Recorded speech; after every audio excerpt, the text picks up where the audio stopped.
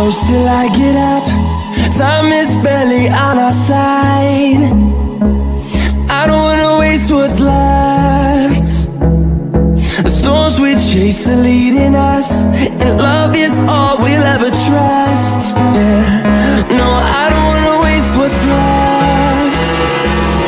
And on we'll go,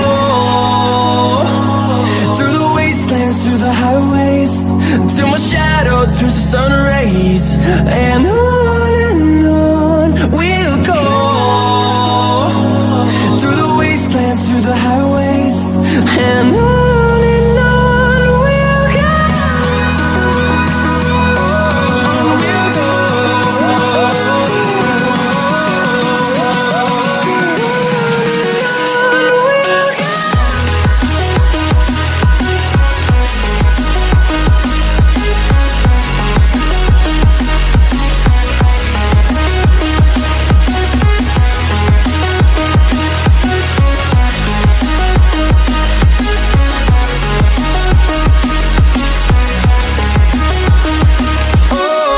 we'll go.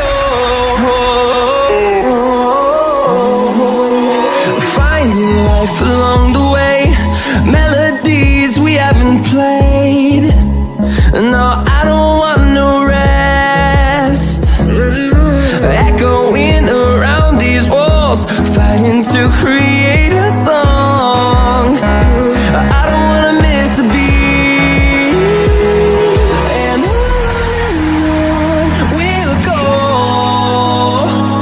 through the wastelands, through the highways, till my shadow turns to sun rays. And on we'll go, through the wastelands, through the highways, and on we'll go. We'll go.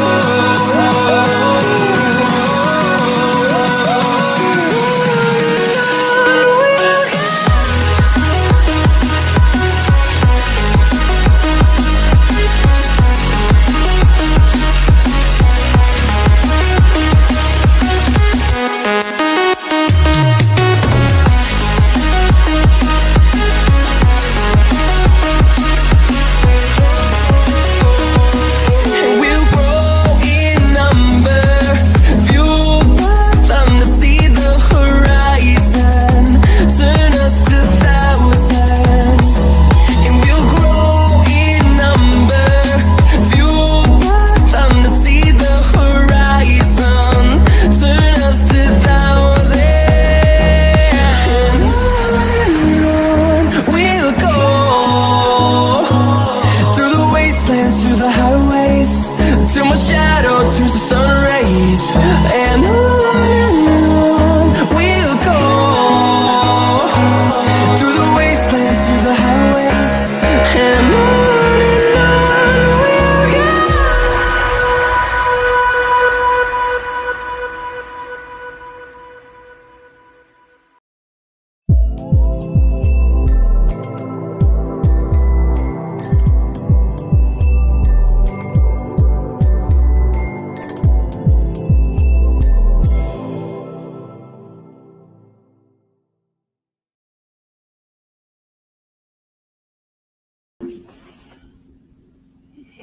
Welcome everybody to another episode of the Roundtable. Today we're really excited to talk about all the things going on with cryptocurrency. So let me go ahead and first introduce the rest of the guests that will be on the Roundtable tonight. We've got first up Crypto Atlas. Hello, everyone. Oh, my audio on? Your audio's on. Oh, okay. I got my volume turned down too low. There we go. Now I can hear myself. Hello, everyone. We've got RJ in the house. Hello, hello. What's up? And we have Watch Moon Tin in the house. Which? The great. What's up, everybody? How's it Can you going? hear me? Yeah, It's we're going. loud and clear. Good, good. Well, perfect. This is all we have for today so far. The other guests may not have arrived, but they may be coming in a little bit later tonight. So Fashionably late. Fashionably late. I'm fashionably early. That's the way to go. Well, perfect. So we have a lot to talk about today. There's obviously a lot going around in the crypto space with SafeMoon, with everything going on with Forex Shark, with everything going on with just the world and all that stuff. So I first want to kind of start off talking about the kind of general state of cryptocurrency right now. So there's a lot obviously going on in the world, and I did want to kind of touch on that with each of you guys. And then, of course, the general state of cryptocurrency and the market trends that we're seeing now. So for you guys, we're in this kind of red market where we're seeing a lot of negative price action on pretty much every project, with the exception of maybe some newer projects or specific projects who may be an exception to the rule. But for the overall person that's in the market, they're seeing a lot of red. What do you guys currently do to kind of stay calm during these red markets? And what are the plays that you guys are kind of making to keep yourself sane? So we'll start off with Atlas, and we'll just kind of go around the circle. I'd say it's important to balance your life out and realize that it's not all about investing. So spending quality time with other people that's close to you, your family, your friends, taking those kinds of opportunities, it really helps the time pass by. And ultimately, that's what's a factor here, is that you have markets that are up and down, but it's all related to time. So you're just in a point in time right now where things are really rough, right? So do you want to make yourself feel miserable every day? I'm pretty sure that's not why you made these investments, right? You're trying to make it to a point in time where the stresses of all these bills and things that you're wanting to do, that kind of gets alleviated. So for me personally, I like watching some TV shows. There's been some new things popped up on Netflix. I just marathon Disenchanted, for example. Also taking a little bit of time of researching other projects and finding things that have passive plays, stuff that's lower barrier of entry for price to try and get into, because when the market starts to come back in and it starts picking up, some of these projects might really pop off and do really well. So I'd say more than anything, just taking the opportunity to help time get passed by faster. And for me, being able to conversate with other people, that's what I'm kind of focused on. For sure. Thank you, Atlas. And we've got Adam in the house tonight. What's up, everybody? Wolfpack up in here. How's everyone doing? What's goody with the hoodie? Woo! What's up? How's everyone doing? So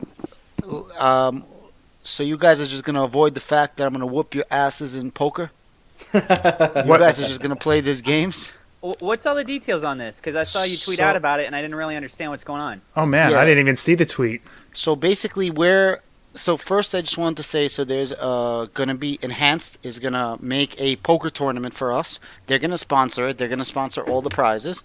We're just going to give them some type of shout outs and stuff like that. They're even going to, so they're coming out with an NFT line right now with the Enhanced Apes. Everybody knows about this. They're also going to come up with an NFT line of Enhanced Tissues. It's going to be an NFT, and we're making it specifically for RJ, because I'm going to whoop his ass so bad in poker that he's going to need that he's going to I don't even know how to play poker. I'm probably going to... Can we play War? I'm really good at that game. We'll play Duck Go, or Go Fish for Tim. Yeah, there you go. All jokes aside, it's going to be 9 people. It's only going to be YouTubers, influencers. I believe Jen is in, RJ is in, Crypto Control is in, I'm in, SafeMoon Smoke is in. There's a new YouTuber, the Greek guy, I think his name is, if I'm not mistaken. I apologize for butchering your name. The Greek Guru. Yeah, the Greek Guru. That's 6 of us. When is this going to take place? I'm not sure. Like next month. So Joe, hold on. That's 7. Atlas, you play poker? Yeah, I'll do it. That's 8. It's free, from what I understand, right? It's completely free. Oh yeah, the Greek DeFi guru. There you go. That's 8, and I even invited John and Fudhound, and I promised them that I was not going to ask them questions. I promised. And we didn't promise that we can't ask them questions. That's true. But yeah, it would be really cool. So they're making like a whole utility for casino and things like that.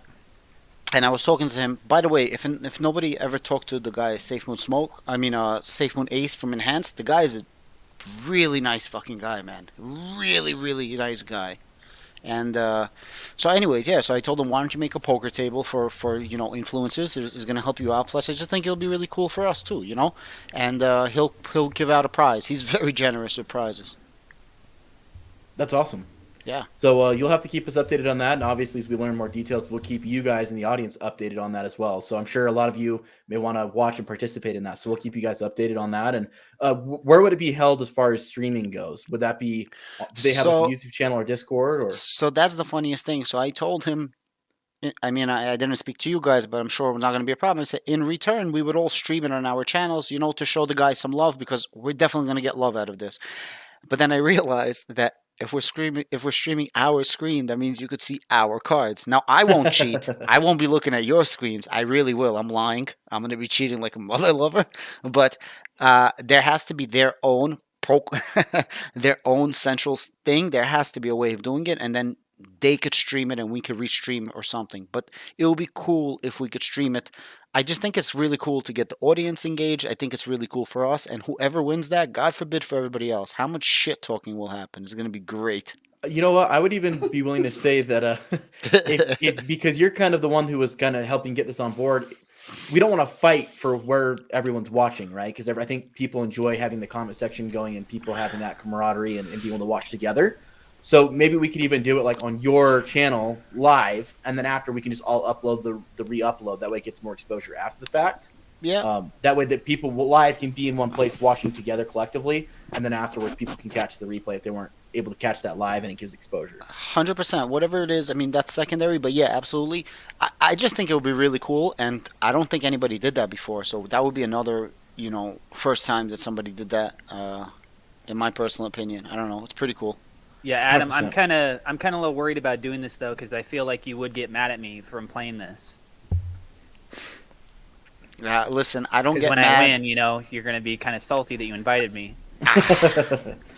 Listen, it's all good. That's something I'm gonna have to take, man. As long as it's all good. I hope you win. Wait, what do you win? I don't know, but yo, Ace A brand new car! Oh man, I just bought one. Ace is giving me. By the way, where I'm pointing, if a car came out right there, then it just went through like multiple stories of my apartment complex and inside the It side almost of the looks wall, like and you're I got a lot pointing of at me. questions. Oh yeah, there we go. You are the car, RJ. It's a Rick and Morty moment. You're a car, Morty. You're a car. What'd you buy, Tim? If you don't mind me asking. Well, me and the wife are buying a Tesla. We're getting a Model Nice. 3. Good So- for Did you use someone's Tesla code? I did not. Was I supposed to? You can use it. I'll give it to you. I will bless you with the Tesla code. Well, if you use anyone's, doesn't have to be mine. We both get 1,000 miles of free supercharging. Okay. Sounds good to me. That's So- awesome. Yeah, we're just in the limbo of what color she wants right now. She's like, I'm You're not gonna sure. love it. You're gonna love What color do you have one, RJ? SafeMoon color, dude. Come on. They don't have green. You could get it wrapped. No, I just got the multi-pearl white. It really does. I like going for the stormtrooper look.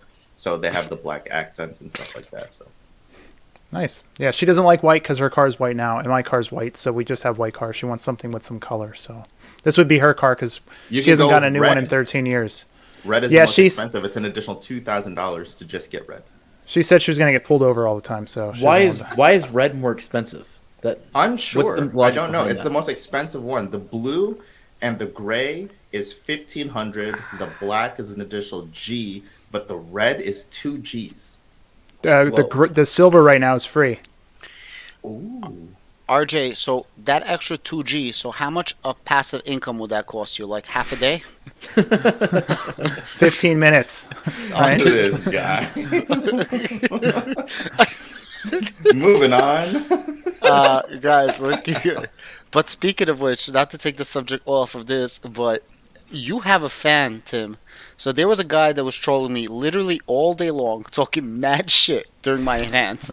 I swear to God. And all he kept saying is how you guys are gonna whoop my ass in poker. He even said he's gonna give me $10. This guy, Rocco Aruzo. Oh, I know yeah, that's your him. boy. I know him. He's like, I'm gonna give Adam a $10 donation for chips, and he never gave me the donation. I'm like, bro, where's my freaking donation? You keep saying you're gonna give me the $10 and never He did. told me that I have to give it to you, so that's the kind of friend he is. So, oh man, he's got to cut it out. But yeah, I can't play poker, but I'll try. So, That means you're probably gonna win. The person that can't play always wins. yeah, because we can't read you. You'll be like, "Is this good?" he's got a He's blush. bluffing, I swear. Anyways, what we were talking about, just to fill you in, Adam, is we're kind of talking about the general state of the market, right? We've got a lot of things going on with Europe right now and everything that's going on with Ukraine and Russia. We did want to touch on that a little bit because it does affect the markets quite heavily. And kind of wanted to talk and kind of ask around, what are you doing personally to kind of stay sane during this extremely red market with, the downtrends and everything going on? What are you doing, whether it's plays you're making or what are you doing for yourself? So Atlas kind of gave his awesome answer on that. I'm talking about kind of stepping away and realizing that investing isn't everything to life. And we'll kind of move over to RJ and we'll go around the circle. Right when he's about to eat some food. I totally didn't realize just now that I was next, because in the old chart, I was last, right? It was Atlas and then Tim, and then I was like, I had plenty of time. But Adam, fuck. So how I navigate the markets. So if people have been OG subscribers of mine since like day one when I made my first channel in June, people will know that I do come from an investing background, okay? It was a lot of experience and a lot of honing in on your emotions, because I've told everyone this, right? Day trading, whether you're investing in equities, whether you're investing in real estate, right? It really is an emotional and psychological thing. When you're investing, it's all psychological. The difficult part is not buying and holding or finding projects. It's making sure you don't get into your head, right? So how I've really just easily navigated the market is I just use a compass, and it's Warren Buffett's saying, man, right? It's be greedy when others are fearful and be fearful when others are greedy. Yes, I understand Warren Buffett and Charlie Munger's investing style doesn't really pertain to crypto, but their teachings and their statements still apply, right? So when there's a lot of fear and there's a lot of red in the market and everyone is running for the hills, as much as I want to succumb to those human emotions, that's when I start loading up, and that's when I start adding into it, right? And then when there's a lot of greed in the market, everyone's super optimistic, everyone is super hyped.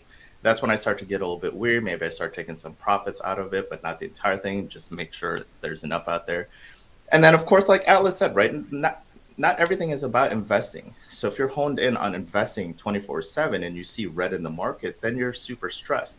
Also, it's a good sign it tells me that you're over invested as well, right? If you are very like you're losing sleep, you can't sleep, everything is stressful for you, you might be a little over invested in something, right? You shouldn't be losing sleep over something like that. So just realize that there's stuff outside of investing. Spend some more time with your family, spend some more time doing things that you love, that you're passionate about, spend some time outdoors, and just relax, guys. I mean, it's unfortunate what's happening on the other side, and we are fortunate enough here to be able to just relax and kind of enjoy each other's company. But, things are happening outside our bubble, but that's why we should take this opportunity to really relish what we have. So. Perfect. Thank you for that, RJ. Adam, what are your thoughts on the state of the market and what you're doing? So I foreseen something was going to happen. Obviously not this. I thought the market was overinflated, and then the market started coming. That sucks. I was literally looking at Generation Crypto as I was talking, and he shut off his screen. He threw me off completely. I had to sneeze. I'm sorry. So I thought, thank you, Atlas. You screwed me over too now. So I thought the market was going to take a dive because it was just too inflated. It was just too high. And because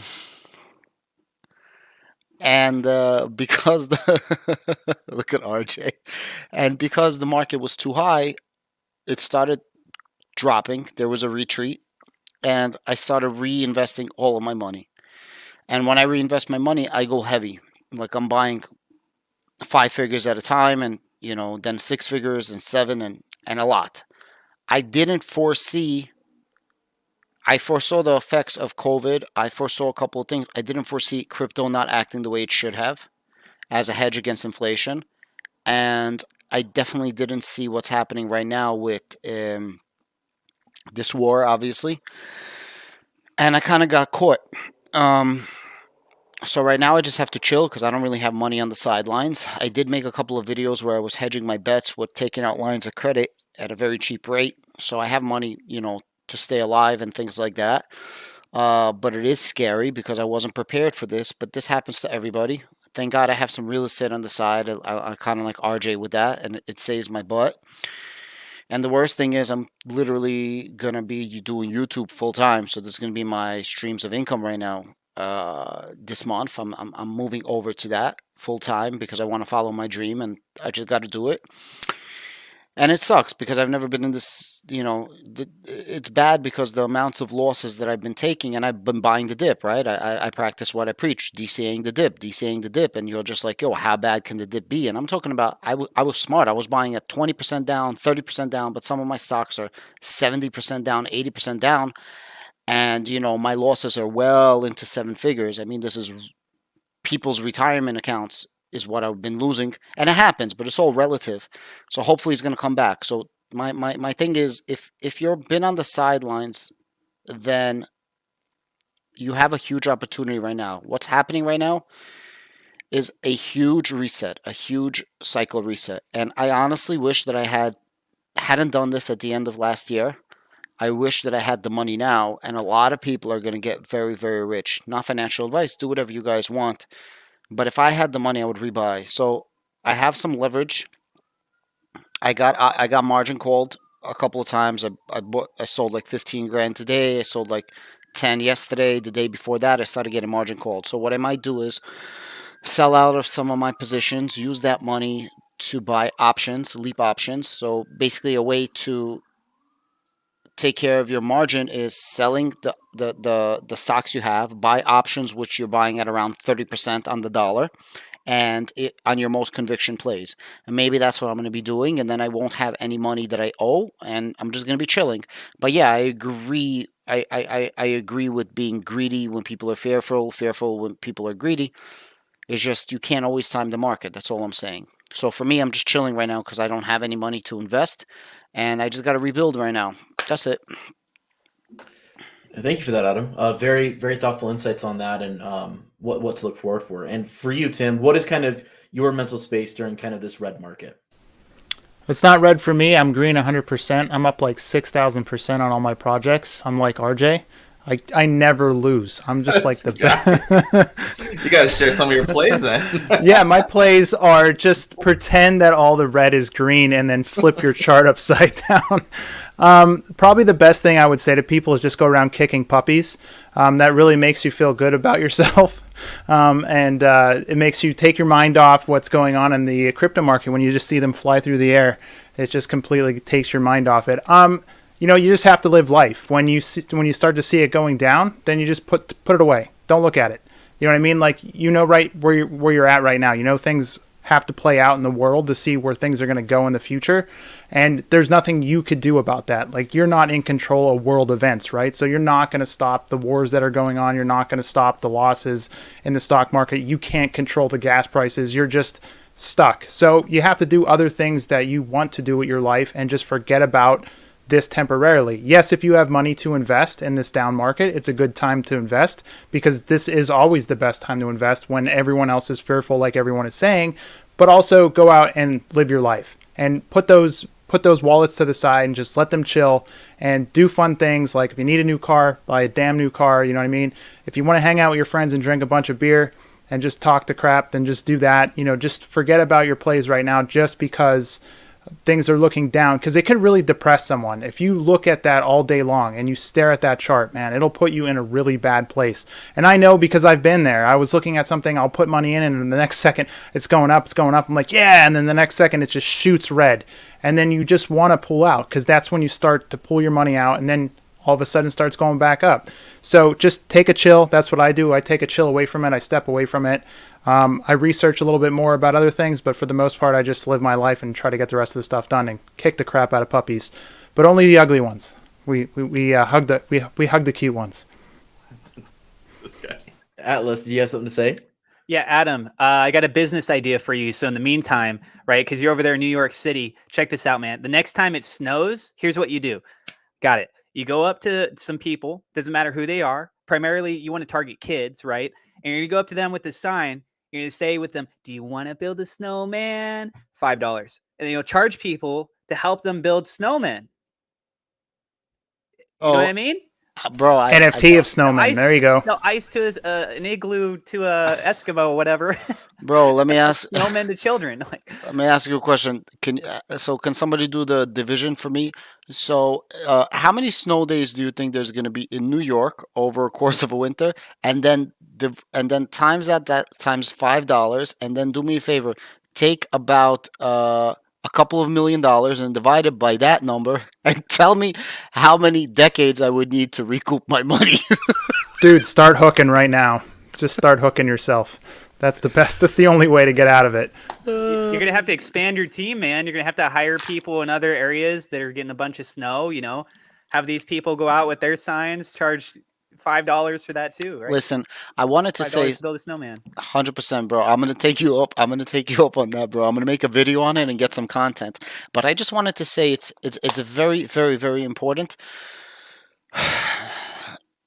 The concept of don't invest more than you can lose, that you can afford to lose.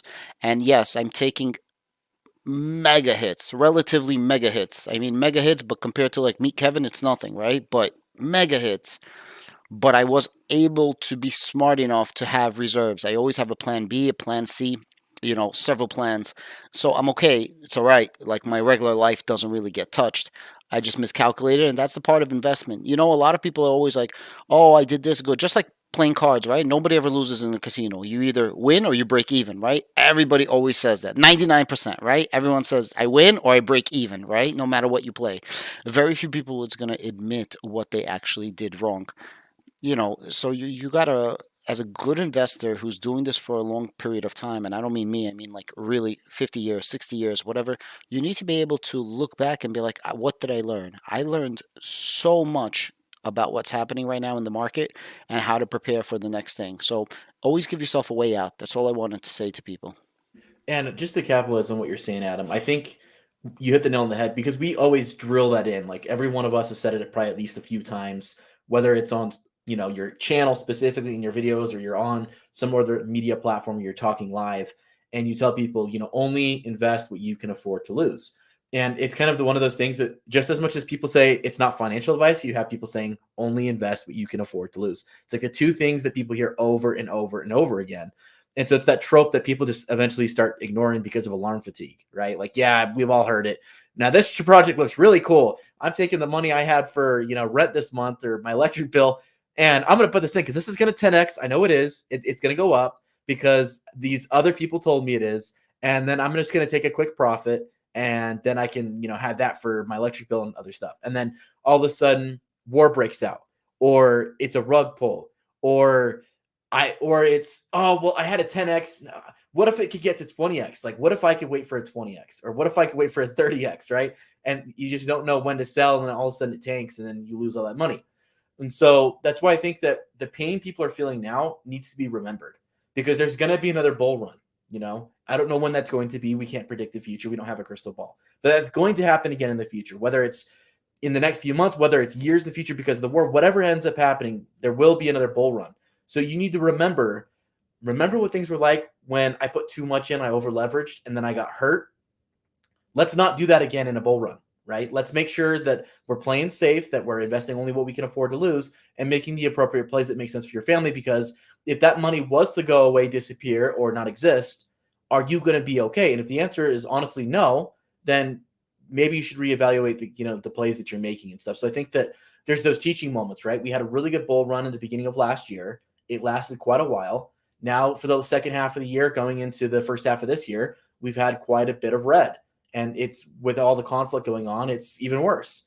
So I think it's important that we learn from those situations so that we can make better decisions in the future and less emotional ones, right? We can remember the pain we suffered in the past to make better plays for the future. And so, the other thing as well is there's other plays that you can make that's in the red that could still make you money, right? Like buying, like shorting, like all these other options that you have available to you, that just because the profits are only made when the price goes up. Right? There's profits to be made when a market goes down.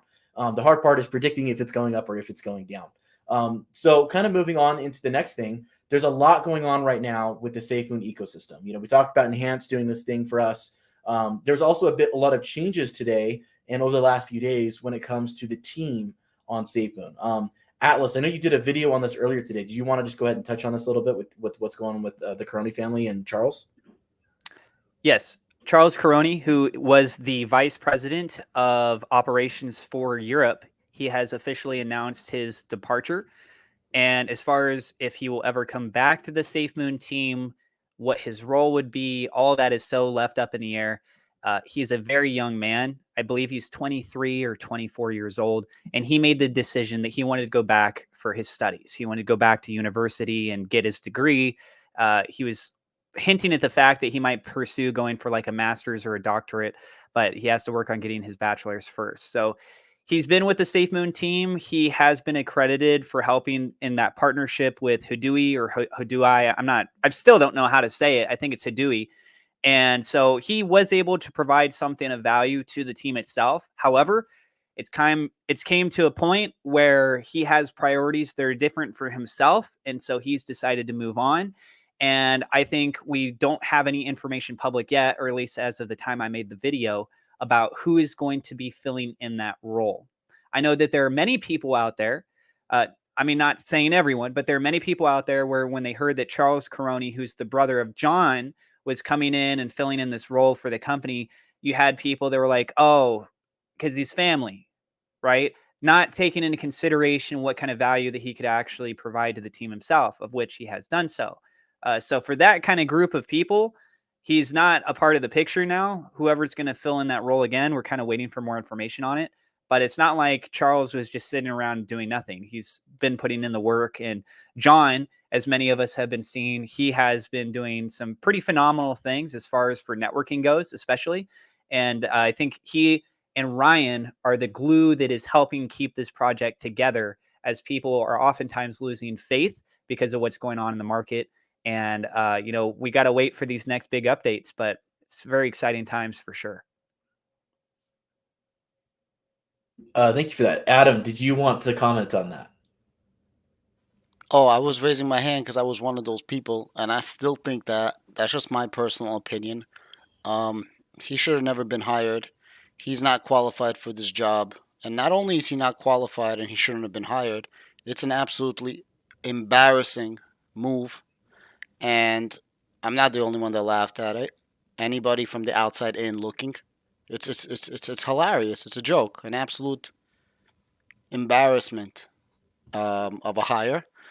And I'm glad that he's gone. I don't wish him anything bad, but it's funny how he's essentially the number 2 position, and you can't tell me nothing because he's always on the website, number 2, right next to Charles.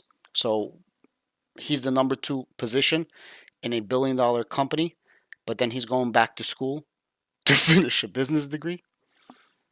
And there's something called on-job training, and if you're really about it and you're really making moves, you would be making a ton of money running in SafeMoon, and you have a future in SafeMoon, right? That's what tells me he's not qualified. And I make no mistake about it, everybody. My personal opinion, he didn't leave because he wanted to go back to college. He left because he was asked to step down by John, because I think John is finally getting his shit together and rebranding his company, doing it right. Enough of this child bullshit. That's it. That's my personal opinion. Thank you for the honesty, Adam. What are your thoughts, RJ, and then we'll move over to Tim? I lean more towards the unpopular opinion as well with Adam. Listen, I love SafeMoon, right? Everyone understands that. Everyone knows that I got in on this thing, and built a channel covering something that we're all equally passionate about. But when you take something like, Adam or myself or Generation or Atlas or Tim, people that have been seasoned in terms of investing, maybe new to crypto, but the investing world, right? You start to be able to compare certain things, I want to say, right? So if we start to look at company A and then we compare to company B, all right. And yes, we love company A, which is SafeMoon. But if you have the ability to have some form of critical thinking, you will start to question certain things that company A is doing, right? Some things don't make sense it is apparent, it is clear, and you start to compare it to company B, and you're like, why is this happening? If you have the ability to really activate your critical thinking, then you'll know there are some things in SafeMoon that needs to be cleaned up. John Crony's brother, I don't think was fit for a company that is SafeMoon, that is moving, that wants to be taken seriously as a tech company, that wants to change the world, wants to be innovative. And it's no bash to him. I'm not bashing him at all. I just think, you have to be realistic, and sometimes people are underqualified for a position like that. That's all I'm going to say. Like Adam said, I'm not wishing Charles any ill will or whatsoever, right? We don't know what's happening behind the scenes all the time. We just get what we see, but we still have the ability to make formulate a picture, formulate what's going on with our own minds, and we can see straight up, right? You have John, you have the Fudhound, and you have Charles Crony, and you can see that Charles he's a young guy, right? He's got a future ahead of him, but the position he was in, it was questionable for me. That's all I'm going to say. Okay, thank you for that, RJ. Tim, what are your thoughts on this?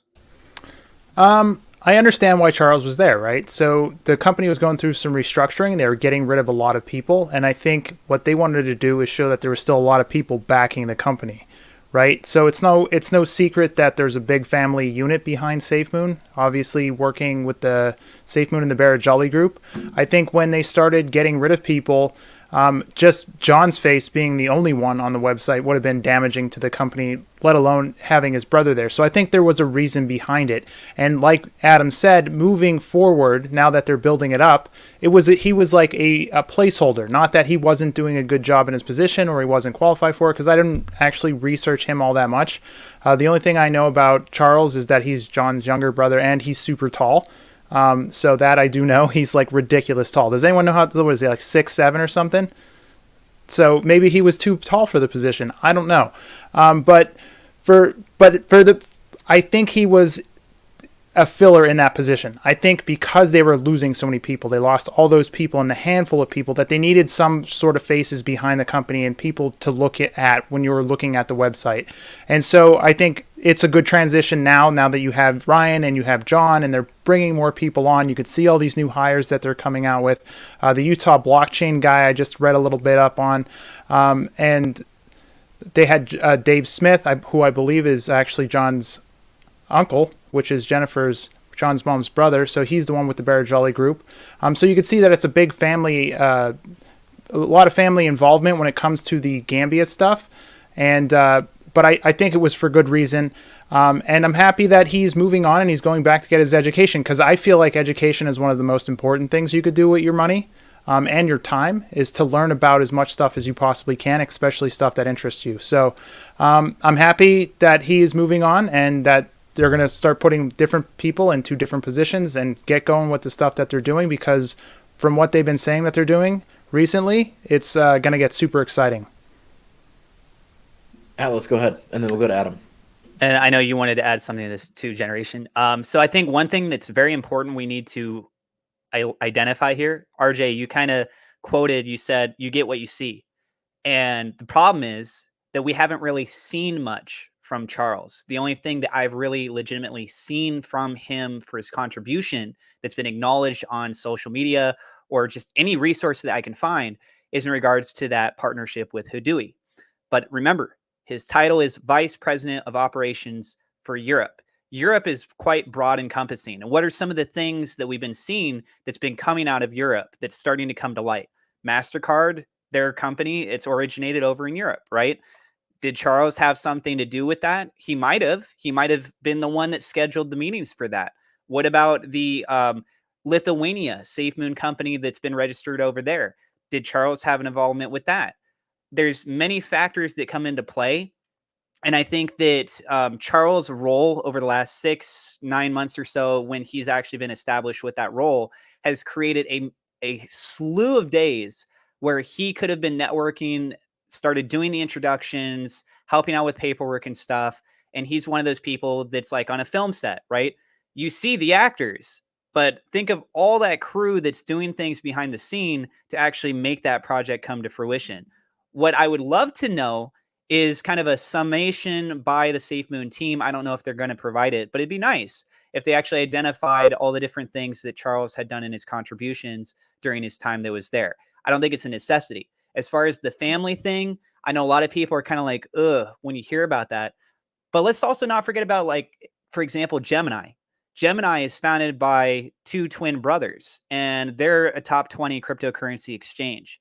So it's not out of the realm of reason to think that family can make a very effective business. In this instance, though, there's a lot of unanswered things that just are not publicly being stated. And I feel that kind of contributes to the sentiment a lot of people have of, well, we need to get someone else in besides Charles. That's my opinion on it. Adam, what are your thoughts? You can't compare the Coronis to the Winklevoss twins. These guys literally invented Facebook. You can't. If Charles Caroni and John Caroni invented Twitter, and then you would say, oh, they're building a crypto company. Okay, I would give them that. I would shut the hell up. You can't compare those two. The only things they have in common is that they're both just as tall as each other.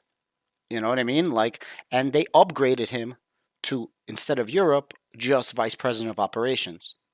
All of a sudden, they took that off of Europe. Nobody noticed it because they didn't mention it.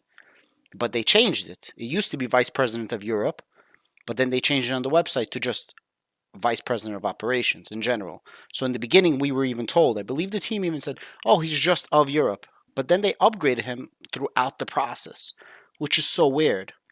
Plus, and I'm going to use Winklevoss just because you brought them up, but if he was qualified in any way, shape, or form with some background or some education, or he invented something cool, like I know Bill Gates, he's a freaking genius. Like if he's a somebody, but he's not. And the reason why I can say that with 100% certainty is because he's going back to college from working at SafeMoon, which means he's regressing. You know, he's not ascending, he's descending in life. He's literally going backwards right now. So a placeholder, maybe I could see that. Like what Tim says, it definitely makes sense. But I also feel like that was the time they hired him at the same time that John said that they were going to hire two, not one, two super qualified people. And remember, John said, I have 100 resumes on my desk, and I'm only looking at that major person, like the C-level executive. I'm not saying the exact words, but he said that. John said that. You cannot take that away. John said, I'm personally looking through those resumes to give us two amazing hires. These guys are going to be top of the line. And then we got Charles Caroni. That's why it's hilarious. And we never got the new hire yet. Until like recently, maybe, because I didn't check it. That's why I was so frustrated. Because it's like, yeah, we're going to give you this. Shut the hell up. You're going to get that. And take it. Go ahead, Tim. I'm sorry. No. I think, yeah, you can get 100 resumes for a particular job position. What are you drinking out of a Tupperware? What happened, Adam? Bro, you lose a couple of $1 million. You're going to have to sell your cups. Dude, next I'm going to see you squeezing it out of like a dish rag or something. What's going on? So you can get a bunch of applications for any position, right? It doesn't mean you're going to get any one of value, right? So they probably needed someone to get paperwork going over in Europe. So maybe he was pushing the papers for the EU money license and that. And they were waiting to find a quality person that applies for a job. Now, I know that there's a lot of businesses right now that are looking for quality people and they just can't find them. So maybe this was the instance. He got 100 resumes, but then he got 100 YouTubers like myself trying to get a job at SafeMoon because everyone's like, I should work there. And they're looking at my resume saying, what the hell would this guy do for us at all? Not that I put in a resume, everybody. Don't freak out. I never sent in a resume to SafeMoon. But I'm saying you can get a ton of resumes thinking that you have a good quality pool, but until you go through those resumes, you're not really sure who you're getting.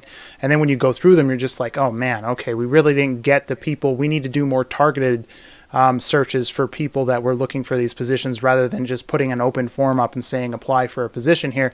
So they probably hired a hiring group to go out and find the people to fill the positions that they needed filled. And while they were doing that, they had they needed someone they could trust in the company, obviously, because that was something that they had issues with in the past. They couldn't trust the people that were working there. They knew that they can trust Charles to do what they needed him to do, and that they didn't have to worry about him doing any deceivious things in the background. So I think that's why they hired him.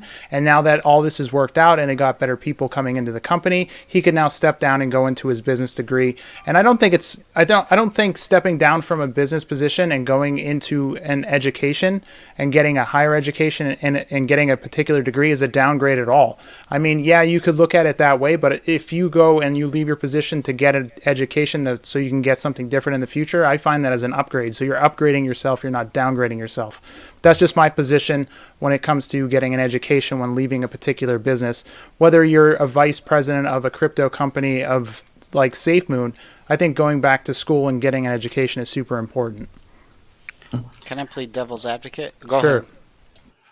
ahead. RJ's I don't even know how. I don't even know how to formulate the words, to be honest. All I'm going to say is I will be on the.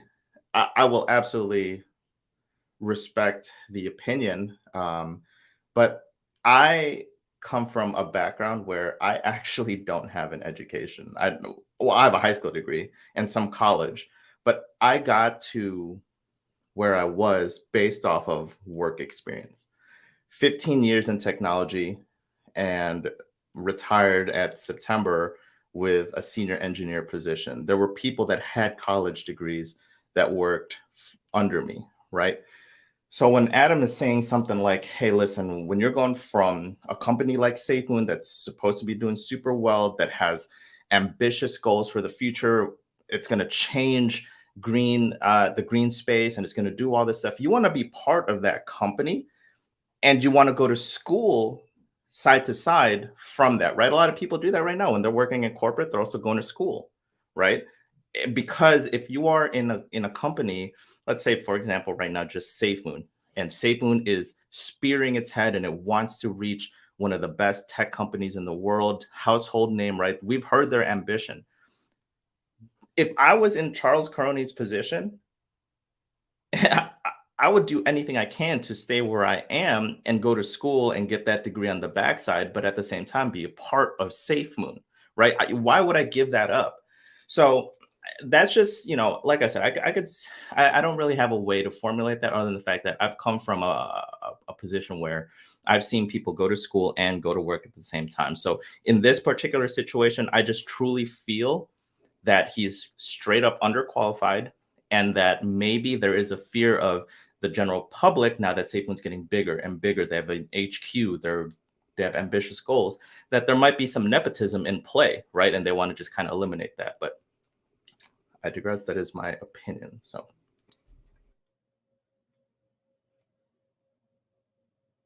Go for it, Alice. You don't have to wait. Oh, well, okay. So I just want to point out one more time that we don't publicly know all of the contributions that Charles Caroni has actually done. They only know what we see, though.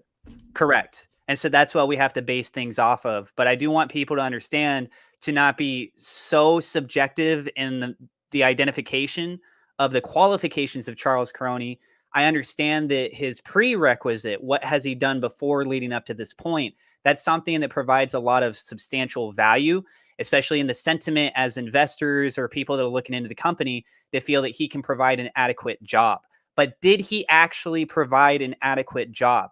Based off of what we publicly know, we would say no, because we only have one thing that's actually been publicly stated.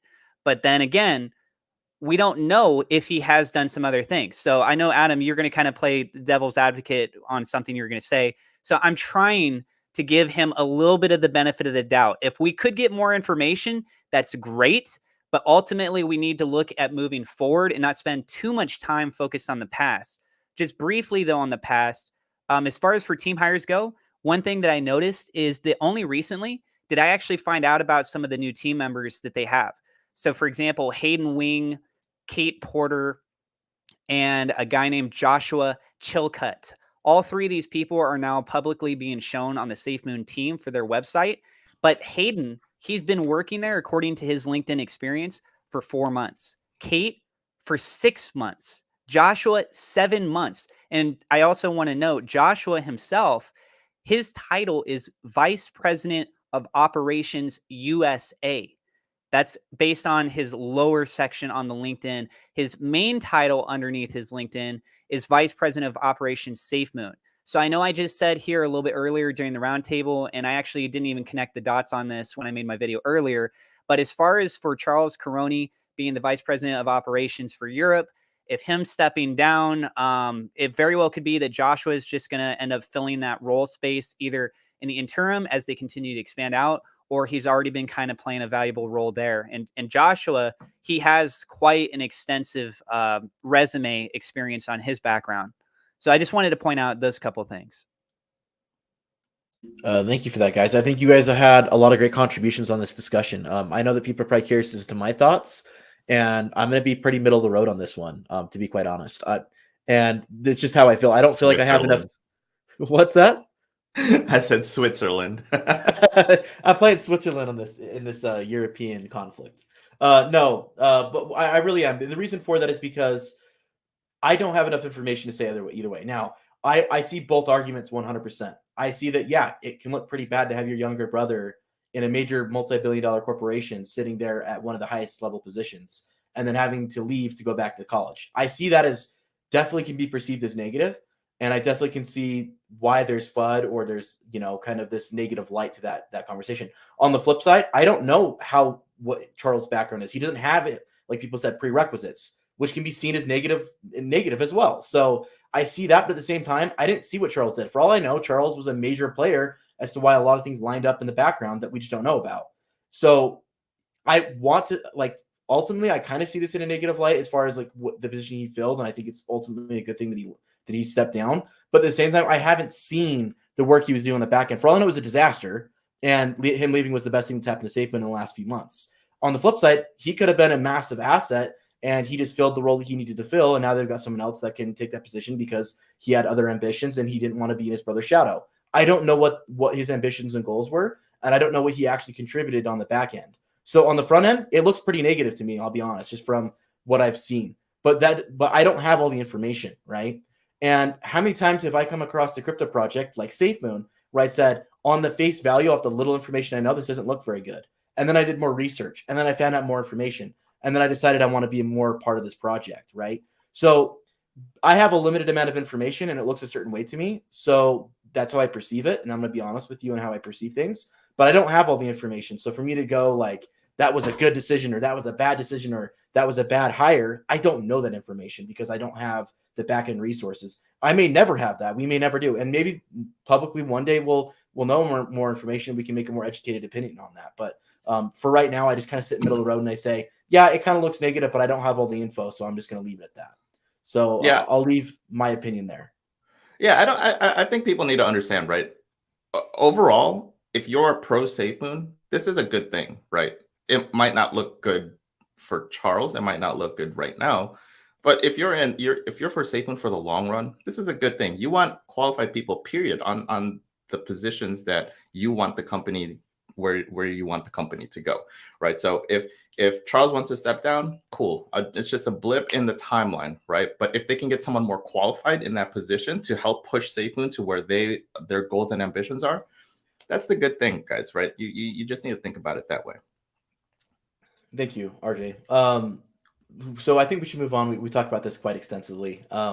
So continuing on a little bit of SafeMoon here. For you guys on the panel, I'm curious as what your guys' thoughts are on everything that's going on this month. We're 2 days away from the official public release date of SafeMoon. We talked about there being a birthday month, but there's also the specific birthday day coming up in a couple of days. There's been a couple of things that have dropped already. They've lowered the fees for MoonPay for a select period of time. Mentioned that there was a reason behind that. Other than just having fees for the month, there's some reason behind that. So what is kind of your guys' speculation as what you guys expect moving forward for the rest of the month? We're about a third of the way through the month. We got 2/3 left over. The big birthday actual days coming up in 2 days. What are your thoughts on potential things that could be releasing soon? And what are your expectations? We'll start at the bottom this time at Tim, and we'll move up the chain. Great. I thought I was going to hear their ideas and be like, what are they thinking? So I'm excited for a lot of the stuff that they're doing right now. Obviously, they're going to be implementing swap and evolve. That's going to be super cool because everyone hated swap and liquefy. I mean, they liked the idea of it adding to liquidity, but they didn't like the idea that it was destroying the price. So that's one thing that they're going to be adding in the future. I think it's going to be happening this month. And they're probably going to be adding it, is my guess, is at the same time when they're adding the cross-chain router system that they're going to be putting in the background. So in case you guys didn't know, they're going to be actually halting trades for 2 days to do that upgrade. I don't know if you guys heard that. So they're going to be putting it on hold for 2 days to bring in all these new upgrades. And they said there's going to be some hidden things packed into that upgrade as well. I'm not exactly sure what that is, but I'm hoping that it will include staking. I would really like for an option to stake stuff in the SafeMoon wallet because they said there will be another upgrade coming after the 2-day pause to implement all these new things that they're doing. And so, yeah, they're doing a lot of awesome stuff for their birthday so far, especially with the MoonPay, which I wish I could be a part of. But unfortunately, MoonPay doesn't like my bank statements and my letter from my place of employment. And they said, no, we're not going to allow you to use our service. And I'm like, sweet. Why? And they said, because you can't prove that you have a job. And I said, okay, I don't have a job. I'm homeless. I'm living on the streets and I'm literally shaking a can for change. And that's why I want to buy some crypto. Please, could you just give it to me? I don't understand what they need from me. I said, you just tune in tonight to the round table and maybe they'll believe that I have a job at some point, but they won't give it to me. So I'm not as excited about that particular thing. I think I would be because I hate those fees, right? I mean, so that's a great feature, and it's only going on for 2 weeks, so that's pretty cool. But other than that, I think what I think they might be doing, my speculation is, I think there might be something going on with staking soon. That would be my speculation. I hope I hope my speculation comes to fruition, but I'm not sure. But I like everything that's going on for the month so far. Yeah, that's all I have to say. All right, thank you, Tim. And what are your thoughts, Adam? I'm not having any expectations, not excited, not excited for anything. I just want to see how it goes. I think putting things on wraps, don't get excited for nothing, is the best possible thing you can do with SafeMoon in the near future, at least for me. I'll be super honest. I listened to Fudhound speak and his AMA. Shout out to Tim, who had fantastic questions actually. And honestly, I didn't even want to watch it. I watched it literally because I knew we were going to have a show tonight, so I wanted to be up. I didn't even want to watch it. That's how disgusted I'm getting, to the point of. And I was so happy with what I heard. I was like, oh, this is really cool. Great. Because I had no expectations for it to be huge. And what he said was really good stuff today. So for me, and I'm not saying this in a bad way, guys. Just for me, I'm not expecting anything, and hopefully it's going to be something good. That's it. Love you, Adam. You are the most beautiful person in the world. Not as beautiful as RJ. And guys, somebody asked me how tall Charles Caroni is. If you want to compare his tallness to RJ's handsomeness, RJ is much more handsome than Charles is tall. That's all I wanted to say. That is true. That is my wife's considering leaving me just so she could stare at pictures of RJ all day long. These trolls. I love them all. Oh, I'm not trolling, dude. She straight up yelled that at me. That's why I had to put my mic on mute. We'll give the mic over to the Filipino Brad Pitt here and see what he has to say. So I think a lot of the things that Adam said is on point. A lot of things Tim said was on point too. We've already heard, right, that I think John's pretty much confirmed that there's, the exchange and the blockchain is months out, right? So if I were to guess something fire that I personally would like to see, this is a selfish reason. We've heard the Fudhound say it before already, that, and I think either I might have been Atlas, man, or was Moonboy. Atlas, if it was you, let me know if it was you. But I totally forgot about it. But when you guys said, I was like, oh yeah, that's due. That's supposed to be due. Is a new app UI, right? Was that you, Atlas? Yeah, that was me. Props. You rejogged that memory that the Hound did say one time that the app UI is supposed to have an overhaul and it's supposed to look fresher and cleaner and stuff like that. And that's something I like. I'm a really big fan of aesthetics. I like easy UI, easy to navigate things, whether that's from a web portal or that's from a mobile site. So hopefully we could get a fresh new UI on the SafeMoon app, a new overhaul. And I think that'd be an acceptable thing to get excited for, right? Your hopes aren't too high and it's not too troll, right? You got a fresh new looking app, an app update, and then maybe possibly another exchange listing. I don't know. A UI app overhaul would be my selfish want. Perfect. And for you, Alice, what are you looking forward to this month? Okay, I have a series of things. I think that realistically, a UI overhaul is long overdue. And when you're looking at sort of rebranding that whole thing that they're doing with that video and stuff, Yes. and the fact that Ryan has mentioned in the past, he was like, "Oh yeah, that looks like that's coming out in our next update." It didn't end up happening, and that was 3, 4, 5 months ago for all of this. So I think at this point in time, we've got a very good chance of seeing a UI overhaul. Also, what is the second big exchange announcement? We haven't gotten that yet, right? That'd be pretty fire. That'd be pretty hot if we found out that it's like Coinbase or Gemini or KuCoin or something. Hopefully it's a big name exchange for that.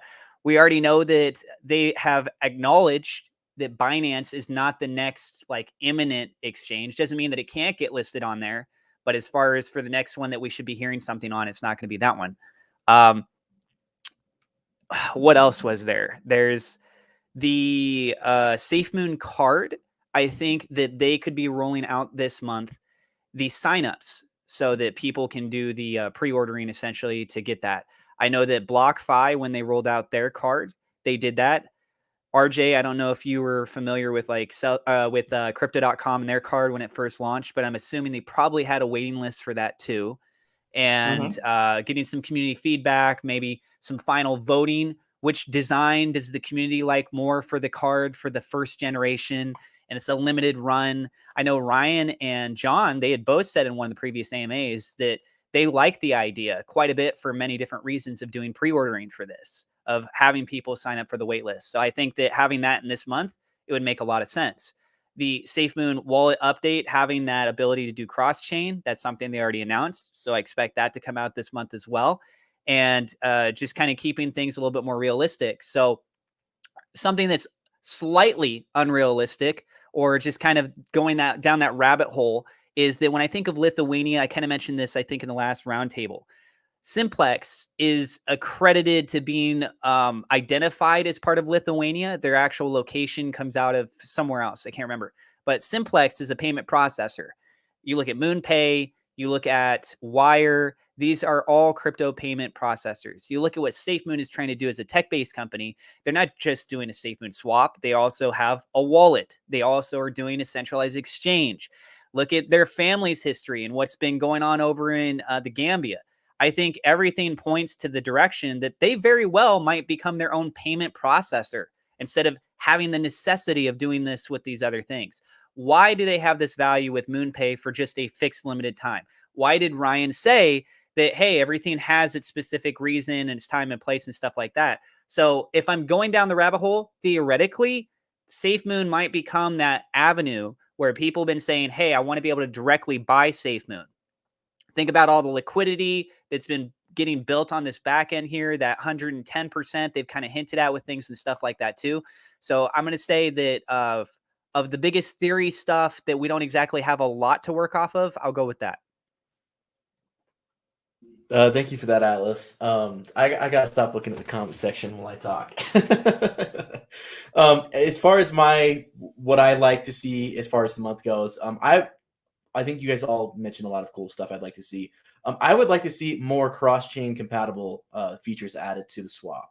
I would love to see the AVAX blockchain, the Phantom chain, and maybe even some partnerships from projects on those chains come into the SafeMoon swap. I think that would be awesome. So that would be kind of the thing I would look forward to most. I feel like that would bring in a ton of volume into the project, which ultimately just helps SafeMoon. It helps with the burn. It helps with reflections. It helps with the longevity of the project. So I would love to see that come in. Of course, I would love to see the UI upgrade as well this month. I'd love to see other exchanges, but it seems like the problems that we're having with Mandala are going to go until April, at least to what was announced by the Mandala team. So I feel like Mandala has to test those global tokenomics and other features first before we're listed on another major exchange. And so I feel like realistically speaking, that's probably not going to happen this month. That would be next month kind of a thing. But that would be what I would hope for most, is a UI upgrade and then a multi-swap feature in the SafeMoon swap with other blockchains. I would hope for. And if I was really praying for something awesome, I'd hope for a native buy button, so we don't even have to use Simplex or MoonPay and all that stuff.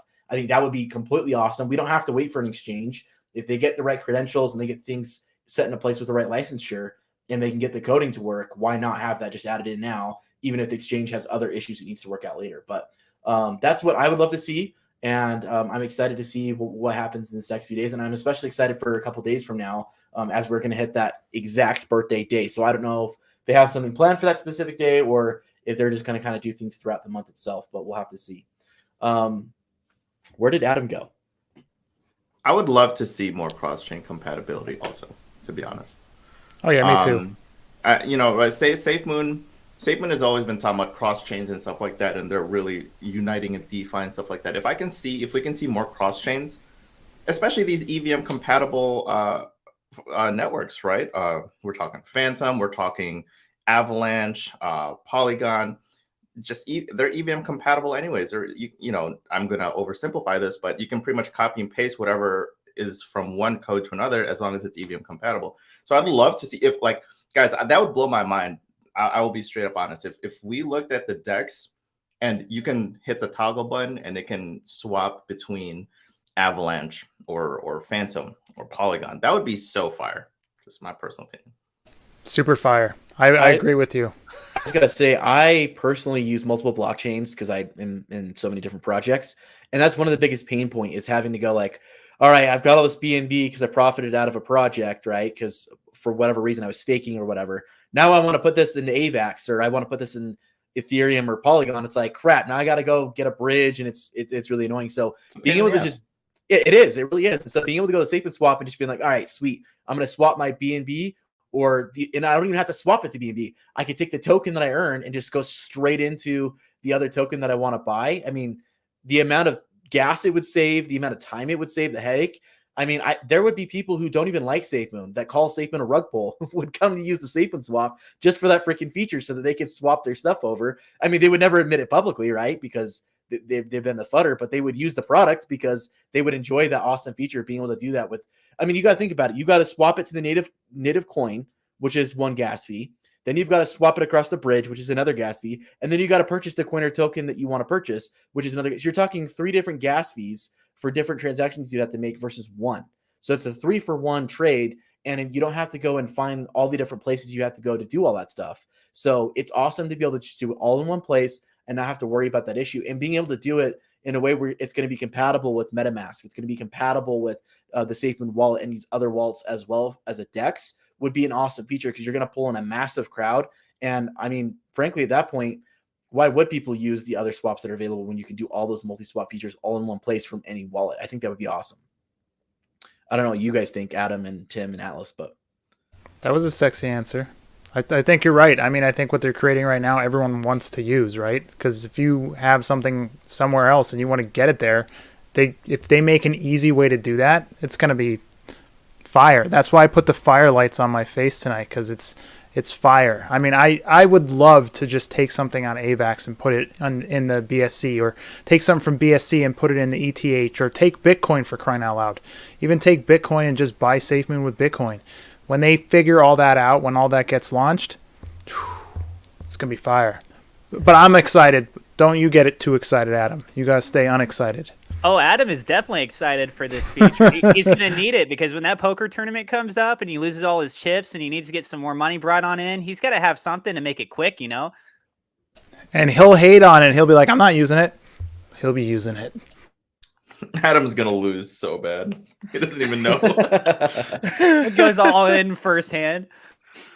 All right, guys. You guys got jokes. Let's go. Let's okay. Go. So before we move on, does anyone else have anything else they want to bring up as far as the SafeMoon goes with the ecosystem, or just the recent news that's been going on? Crickets?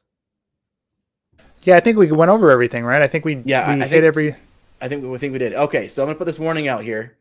Okay, so warning to all those. I know some people get sensitive about this stuff. moving forward for the rest of the roundtable, it's going to be non-SafeMoon related content. So we'll be talking about other projects, talking about other ecosystems, and talking about our opinions on them and what's going on with those ecosystems. So if you want to listen and don't want to listen to SafeMoon content, this is your go ahead now that we're going to be moving forward with non-SafeMoon related content. Okay, so that's just the one warning we'll give there, and we're going to come What back were you in. doing, Tim? Is he doing like his mwahaha face? I don't We can't hear you, dude. understand. Your mic is muted. Anyway, I was saying nice chips. So these are my fire lights. They actually project fire. Like they're supposed to look like fire's going on. Does it look like fire on my face? Oh yeah, if a fire looked like a box that lights up. Yeah. It Well, looks no, just no. like fire. Looks like you got sunburned. All right, man. I'm gonna set the mood. I'm gonna go around and shut off all my lights in here. Oh, We're this gonna man- come back. We're gonna make this fire, okay? He's I gonna wanna start see it. playing some Barry Make this Manilow fire. music in the background and stuff. Trying to set the mood up in here. I hope Buy it me, doesn't work. buy me a dinner first, man. Come on.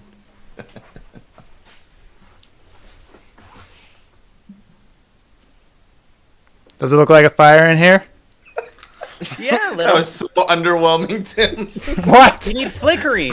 It's gotta like. No, it's flickering. Look. Oh, It just looks like you just got off your job at the nuclear plant. What it looks like.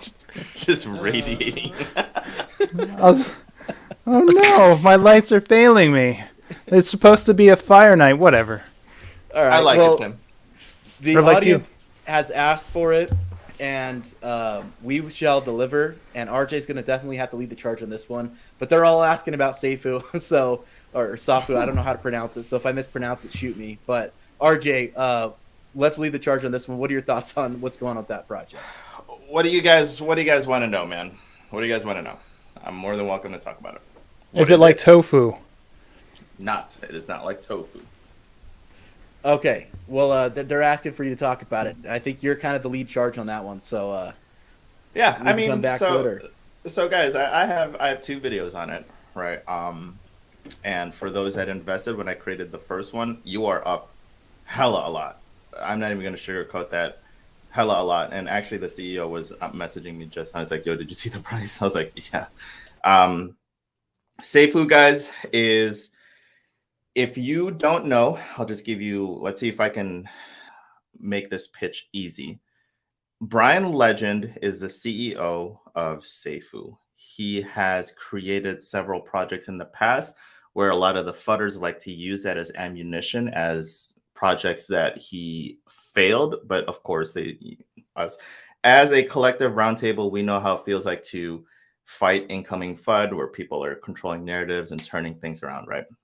He has addressed those previous projects head on. He does AMAs every morning and he addresses them. He's addressed them several times already.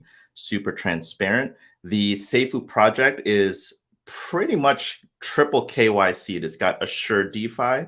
It's got RugDoc, and now they bought the full-blown suite with Certic, including the Skynet 24/7 thing. They have 2 audits, one with Solidity Finance and one right now with a listing with Certic itself.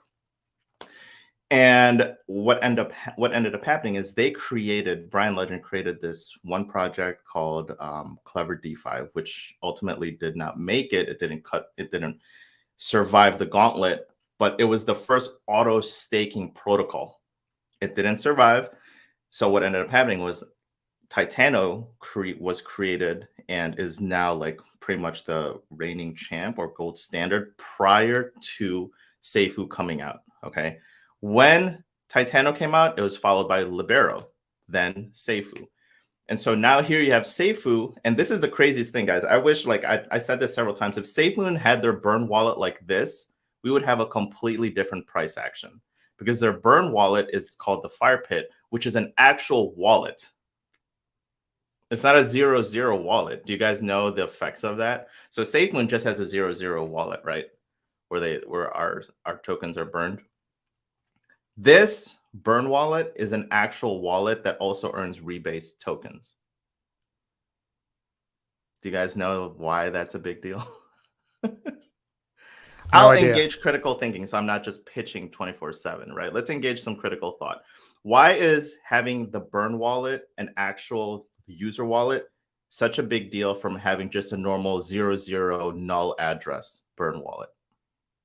So you could take the money out of the wallet and spend it. No. No, that's not it at all. That's not it at all. Anyone want to take a stab? This is how I like. That's what I would do. This is how I like to teach. To be honest, is to help get you guys thinking. So it's not just like a information dump.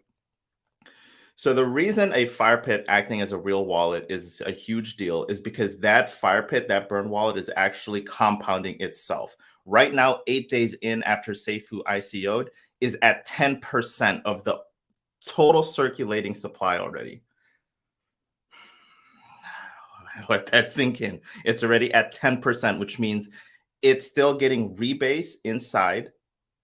Sooner or later, they are projecting a 50% inside the fire pit right now. So that means there will only be 50% of the circulating supply running around. What happens is that makes the coin, or I'm sorry, the token, go crazier. I mean, guys, I'm looking at the price right now. It's impossible for me not to look at the freaking price. It ICO'd at $18 and is now at $318 8 days in. This thing is the only thing I've seen act like this, and we're talking bloody markets, right? And we started this episode going, man, it's all bloody. It's a bloody market. But if you look at Seifu, it's up 1 trillion%. And anyone that got in is up a lot. And I'm super transparent on my videos. So yeah, if you guys are interested, check out my videos. If you guys are interested, check out my AMA with the CEO. He answers everything, super transparent. He's trying to lead the gold standard in transparency. He shows you his invoices on all of the things that he's purchasing in terms of marketing. Dude is an absolute beast, to be honest. If you want to know more about him, head over to his YouTube channel. He does an AMA every morning, and he addresses straight questions. He doesn't turn away from any question. Thank you for that, RJ. So if you guys are curious and want to learn more about that project, go over to RJ's channel because he's done a lot of content on it already. And then, as he mentioned, you can go and check out the other, the CEO himself, because he does those AMAs. So if you want to learn more about that, and if you want us to cover projects like that or others, just let us know in our Discord. So if you guys don't know, we run a Discord where we're all active in there. We're all answering questions. You can talk to one of us individually. We've got a section for us specifically. So if you're like, hey, you know what? I got this awesome project. I want, Crypto Atlas, or I want Adam's opinion on this video. You can go ask Adam directly there, and you will know that he will see it because it will go directly to him in his general chat, and you can talk to him there, and he can give you more information on what's going on there. So feel free to check out our Discord. The link to that is in the description of this video. So if you want to just click the link in the description, it'll take you right over to the Discord. You'll just have to go ahead and confirm that you're a real person and not a bot, and you'll be a part of that Discord channel. I know people have had issues with getting into the Discord. So because of that, I am looking to maybe rearrange the process of getting involved into the actual Discord server. But for now, that is the process. If you have questions or you concerns, reach out to our mod team or reach out to one of us here, and we can help you get in to there if you're struggling with that as well. So moving on to the next thing, I did want to touch a little bit on Forex's ecosystem. There's been a lot of big changes coming on with the ecosystem there, especially with a drip UI overhaul and a lot of changes with the piggy bank. Atlas, I believe, or I don't think it was Atlas. One of you guys did a video on the piggy bank, didn't you? Or am I mistaken on that? Yeah, I did a video previously on that. Off the top of my head, I've been covering a lot of different projects. I can't remember all of what I had covered during the video for the piggy bank, but I was revealing what was coming up, a little bit about how it works. I feel RJ probably still has a lot of how that works on the top of his head. Am I assuming that right, RJ? Which one? Piggy bank? For piggy bank, yeah. Yeah, piggy bank is pretty much Drip Garden if Drip Garden and Hex were to have a baby. Did I answer that? I thought Atlas was going to respond. Sorry. Yeah, I have no idea what that means. So perfect. Yeah. So the piggy bank is interesting. They've had some issues with it. They're going to be working on it over the next couple of days. So they're going to be moving over to a V2 version of pigs. and then they're going to be migrating everyone over with airdrops. So if you're curious as to what's going on with Pig, that's what's going on with that. They're going to be getting a V2 out. They're going to be sending everyone airdrops for that. And then they're going to be rewriting the contract. There were some issues with the current Piggy Bank contract, and they wanted to get that fixed. And the only way to migrate everyone's tokens over was to launch a V2 and then just give everyone a one-to-one to migrate everyone over into the Piggy Bank. So if you're curious what's going on with that, that's what's going on. So if you see Pig's V2 and freaking out about that's what's happening with that. But the big thing I really wanted to focus on is the drip UI overhaul. RJ, did you want to touch on that UI while I pull it up? Sure. And then I will also like to take a selfish request. I'd also, because I've seen several people ask about it, and I personally too would like to know about Algorand. If Adam could talk about it after we talk about the drip UI, if there's time. For sure. So yeah, the drip UI guys. So people don't know this, right? Drip came out April of last year, and I will say this straight up, their UI and their website is not pretty, right? It looks troll. It really looks troll. So if you guys don't know, and Generation's pulling it up right now, what ended up happening is Forex Shark created Drip, and then he created Animal Farm, and then he created Piggy Bank. So they're all an ecosystem that's all intertwined together. So what's going to happen now that he's released Animal Farm and the Piggy Bank, once they fix all the stuff that's going on, he's going to refocus his efforts on Drip, give it a new UI overhaul, which looks clean AF. And they're announcing partnerships with PancakeSwap and Chainlink. So bullish, bullish, bullish. I wanted to point out real quick on the side too. If I remember correctly, Piggy Bank, its ROI is 3% daily, correct? It's not fixed though. It's variable. Yeah, depending on your time lock. If you're not doing a time lock, I believe it's just 3% though. Yeah. Okay, so I wanted to show everyone this video so they can see what this looks like. I'm keeping the sound off just because monetization issues. I want to make sure that we don't get flagged for it. But this is the video here. So it's just music in the background for those that are wondering. There's no one speaking or anything. I'll make some music for you if you want. We'll have RJ's beautiful voice. I don't want to wait for our lives to be over. I don't know the words though, so I'm just gonna kind of mumble the rest, right? This part is gonna be sweet right here, right? That drip swap looks clean. Wallet Connect, fire. Wallet Connect should be standard across the board. And this is what the faucet looks like. Their faucet looks very clean. So that's pretty much it. But so we'll kill that. I have some of those graphic packs. I can probably create that video, but I don't have the UI. But I have all the graphics. Maybe he should have just. Are you working for Drip? I'm not. No, but I do have all those assets because I do a lot of promotional videos too for like companies. And as soon as it came on, I was like, oh, I have that. I know what that's called. I know who makes that particular graphic. I've used it a bunch of times. I recognize the song too in it. Yeah, it's pretty funny when you've been working and doing video stuff for so long. You look at stuff, you're like, oh, I know where they got that song. I know where they got that graphics package. I know how they created that. It's pretty cool.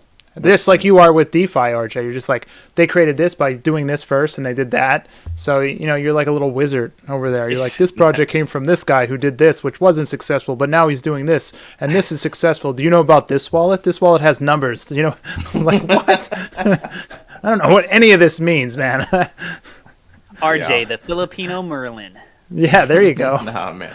People, sometimes they forget, right? Now that I've gratefully been able to retire from corporate America, this is essentially my job, right? I look and scour the underworlds of all these DeFi projects, and I have to sift through them, ones that are worthy to actually invest in, and I do it all day, every day. And so I'm literally immersed in it. Sometimes I'll wake up in the morning, get some coffee, and I'll say I'll probably chill here for an hour. I'll look at the clock and it's 1 o'clock from just researching DeFi projects. So, but yeah. Well, perfect. Thank you, RJ, on that. And for people wondering with the price action, we can't predict prices. The whole market is down right now, right? I mean, every project for the most part, except for some newer projects and Seifu and some of these other ones that are doing really well, most things are down. Bitcoin's down, Ethereum's down, BNB's down, SafeMoon's down, Drip's down. Everything is down right now. It's just the state of the market, like we talked about at the beginning of this area. So as far as what's going on with Drip in the future, Forex basically said once they get these things fixed with the piggy bank and getting these migrated over to their version 2 contract, and then getting everyone airdropped and migrated over, their full focus will switch back over to Drip. So that's obviously this UI upgrade that we just saw. There's more things to come with partnerships. They're working on their gambling side of things as well that they're going to be implementing. And then there's a bunch of partnerships that are coming down the road as well that will all be implemented. So yes, Drip isn't just is as it is right now. There's a lot of other stuff coming down the pike right now. It was just they had to get things finished with, the manor and then the animal farm and now the piggy bank. Once that's all been figured out, they'll be putting their focuses back onto Drip, and we should see a lot more innovation in that space there. But let's turn the time over to Adam because he has a lot to talk about with Algorand. I'd like to know about Algorand. Sure. All right. Algorand is invented by a guy called Silvio Micali. Silvio Micali is currently an MIT professor, high-ranking MIT professor. His specific trade in mathematics is cryptology, like not crypto, but like cryptology, right? Am I pronouncing that correctly? Yeah, cryptology. He's been doing this since the 1980s. As long as the cypherpunks have been around, that's how long he's been doing it. And he won something called a Turing Award in mathematics, specifically in cryptology, and that is the equivalent of a Nobel Peace Prize. This is documented. He found a need to be able to bring central finance on a decentralized platform. High probability that a central bank digital currency is going to be using the Algorand blockchain in order for them to build it. High probability. The Maldives Island have their own token for cryptocurrency that's able to be used as payment. They built it on the Algorand blockchain. They use something called a pure proof of stake, which means that every single holder of the cryptocurrency automatically can stake, and you don't have to do anything. It's automatic. And they pick random people to prove the blockchain, but you're not actually doing anything. You're just holding, you have no idea you're doing it. And this is the way he's saying that this is a pure proof of stake, because it's not just 21 people that are proving the blockchain and then there's like staking pools within those 21 people, right? If you buy it on Coinbase, you're getting 4% staking for doing nothing. If you're buying it on the open market, the staking is around 5 point something percent. And I'll get into the DeFi in a moment. They just hired a CEO, an ex-C-level executive from Chase JP Morgan. I know you would appreciate that, RJ. And they just hired her as the CEO of the Algorand Foundation. I mean, she's as high as they come, decorated as they come. They're working to revamp their blockchain, make it EVM compatible, and they have a $300 million fund that they're literally paying developers to build on their blockchain. They're literally saying, we want the biggest, brightest minds possible to come build in our blockchain, and they use a different language than Solidity. Everybody's about Solidity. They use a language called PyTeal and Teal, but they are making their blockchain EVM compatible. There's a whole world of DeFi on their blockchain, and they're super under the radar. Nobody knows about them. It's crazy, and they're only valued at around 5 point something billion, so they're very small cap blue chip. They do have a max supply of 10 billion, and they're about to undergo some crazy upgrades. So currently they can do 1,206 transactions per second, or 1,167, something like this. And they're going to be upgrading to 10,000 transactions per second Q3, Q4 of this year, followed by 45,000 transactions after that. They have the fastest finality where if anybody did any transactions SafeMoon to BNB, it takes like an hour if it's like a huge amount to show up on the blockchain, right? The finality is 4.5 seconds, which they're going to be reducing to 2.5 or 2.6 seconds. And they're starting something called state channels and contract calls. Contract calls is just the ability for different contracts to communicate with each other, and which makes the contracts being able to be very high level complex contracts that most blockchains that we know about don't have. And you only prove the last transaction on the blockchain. And finally, they're starting something called state channels, and state channels are essentially transactions that ping back information to the blockchain instead of going into the blockchain to see what it is. What that basically means is you can communicate off the blockchain, and you only put the final transactions on the blockchain. Anything else, or is that a good basics? No, that's good. I mean, the stats on paper to me sound legit, right? My question is, I mean, you already addressed it, and maybe you have a deeper answer. You said it's a sleeper, right? Why aren't more projects being built on top of the Algorand that's more public? I think they have a very, very bad PR team. Okay. Honestly, they can do a lot better with more cheerleading, more rah rah says boom bah. We were doing a space the other day.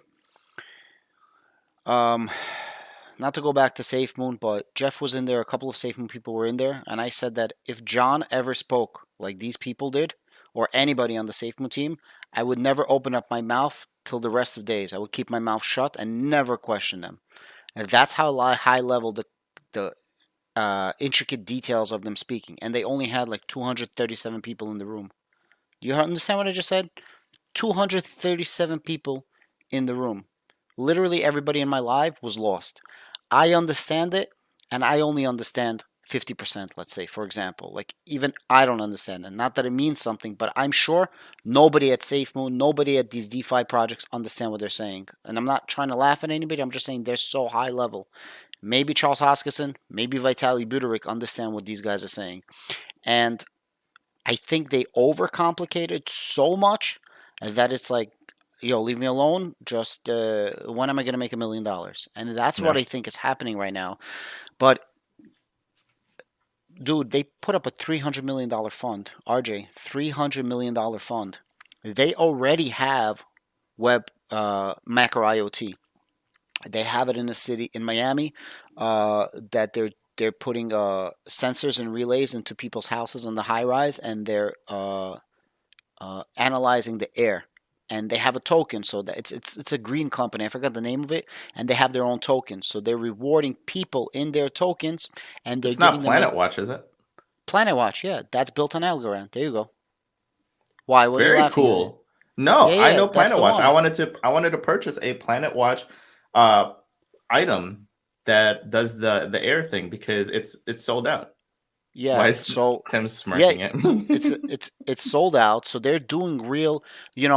We're That's why I'm always so critical, because I know what No, that's else really is cool. out there. I didn't know And Planetwatch was built on Algorand. yeah, and guys, imagine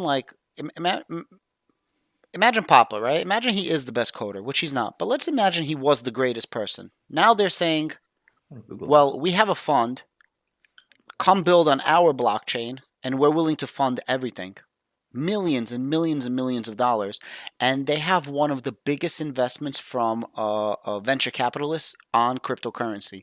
And what everyone's betting on is that if you put central finance on the DeFi space, this is going to be it. However, I just started making videos about the DeFi space, and Jeff does it a lot more than me, but they have governance. So every 3 months, they have one thing that they're voting on.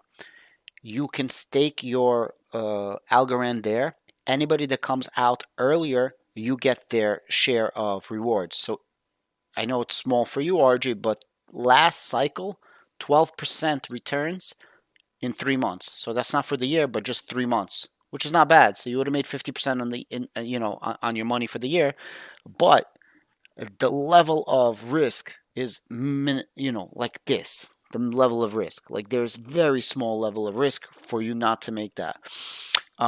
And it's just under the radar. I mean, I honestly, and you know I hate price predictions, right? You know I hate that. But I honestly see Algorand doing a 50-100x and taking over Ethereum. For me, Algorand, Cardano, and That's super AVAX, bullish statement. yeah. And I don't say that lightly. You know what I'm talking about. Like, I don't say things like that. Like, between them, Cardano, and AVAX, those are the three. Now, people are going to say, what about Solana?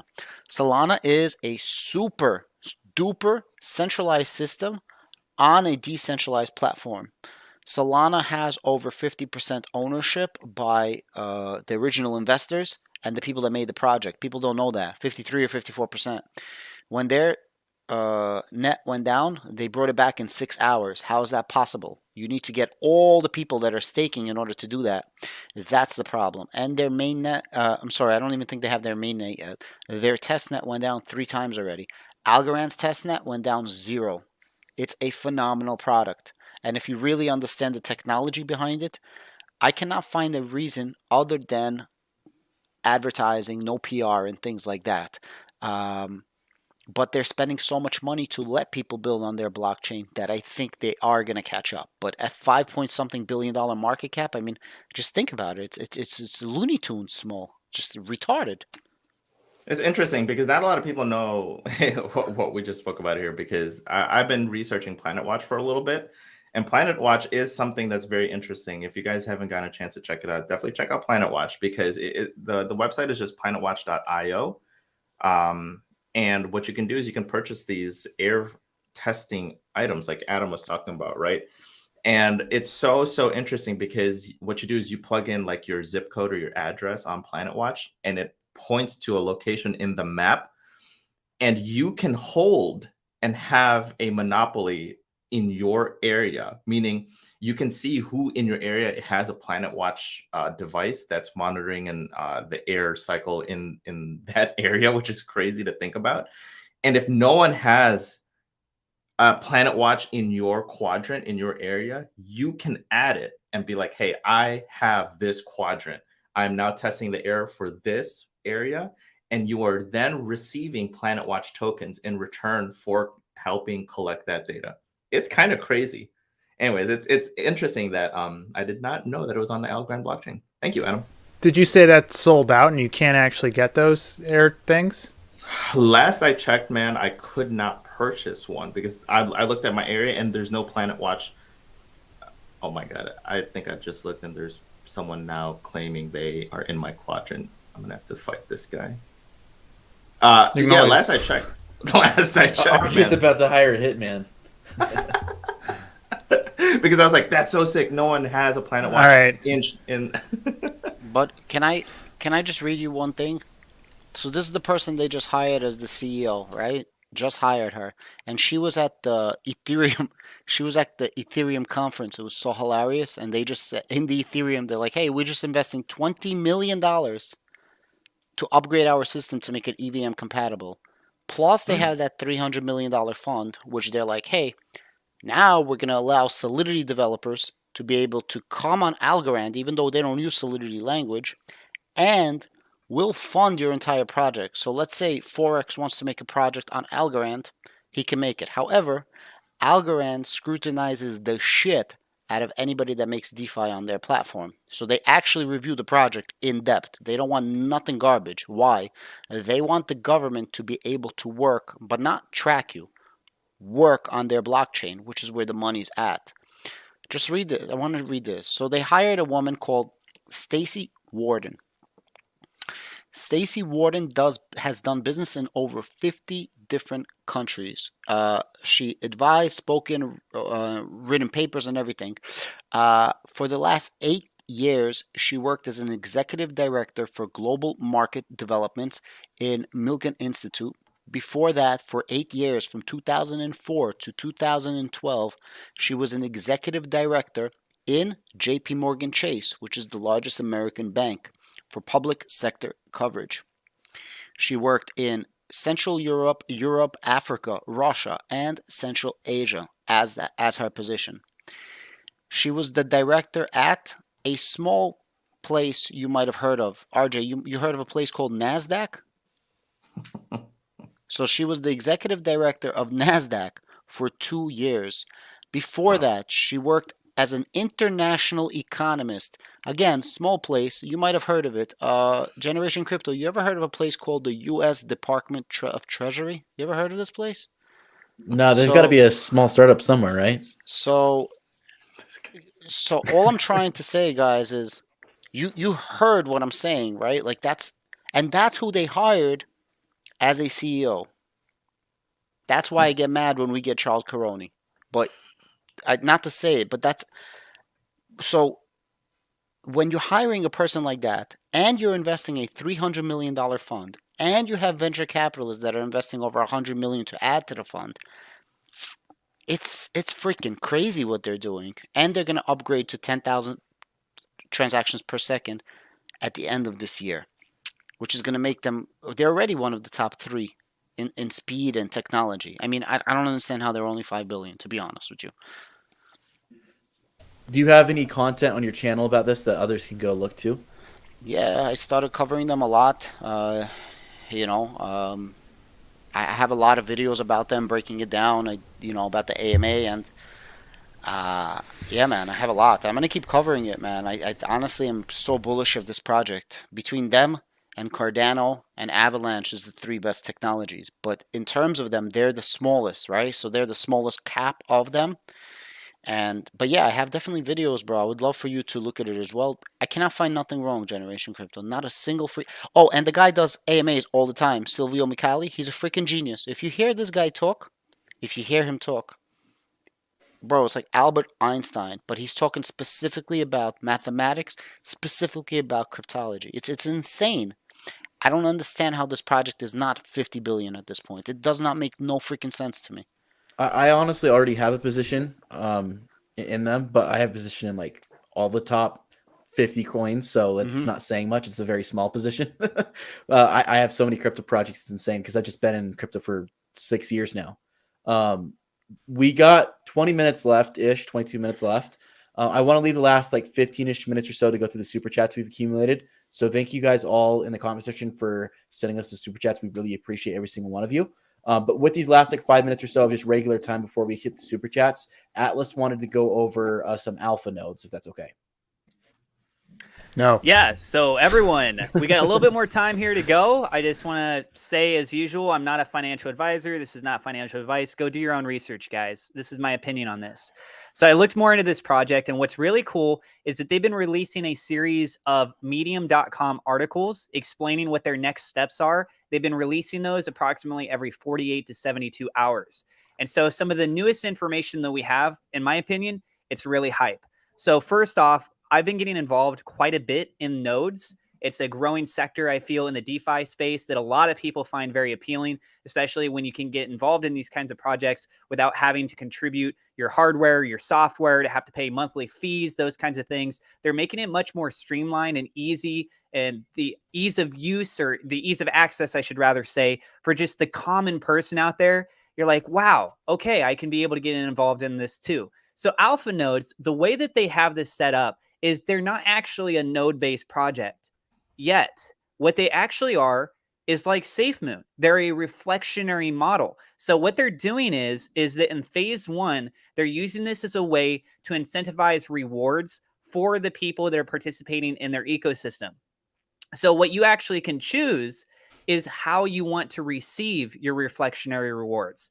So it actually gives you on the dashboard a series of options. You can either claim it as more alpha node tokens, so you can compound it natively, or you could have it as USDC, which is a stable coin, or they have already onboarded a series of other notable node projects such as Fire, Thor, Project X. They have also Vapor nodes. They have Polar nodes on there. So you could earn your rewards from this and then have it directly go into essentially purchasing these different node projects and being able to establish your progress moving forward with that. Now, as far as for what they're building next, that I think is very cool, they're building their own NFT marketplace, but they decided to approach it a little bit differently. So what they're going to be having is cross-chain NFT marketplace, and it will be with vetted projects. So these cryptocurrencies that you'll be able to spend to buy these NFTs, they have to go through the process of getting approved, which is one of the things that a lot of people look at SafeMoon Swap for,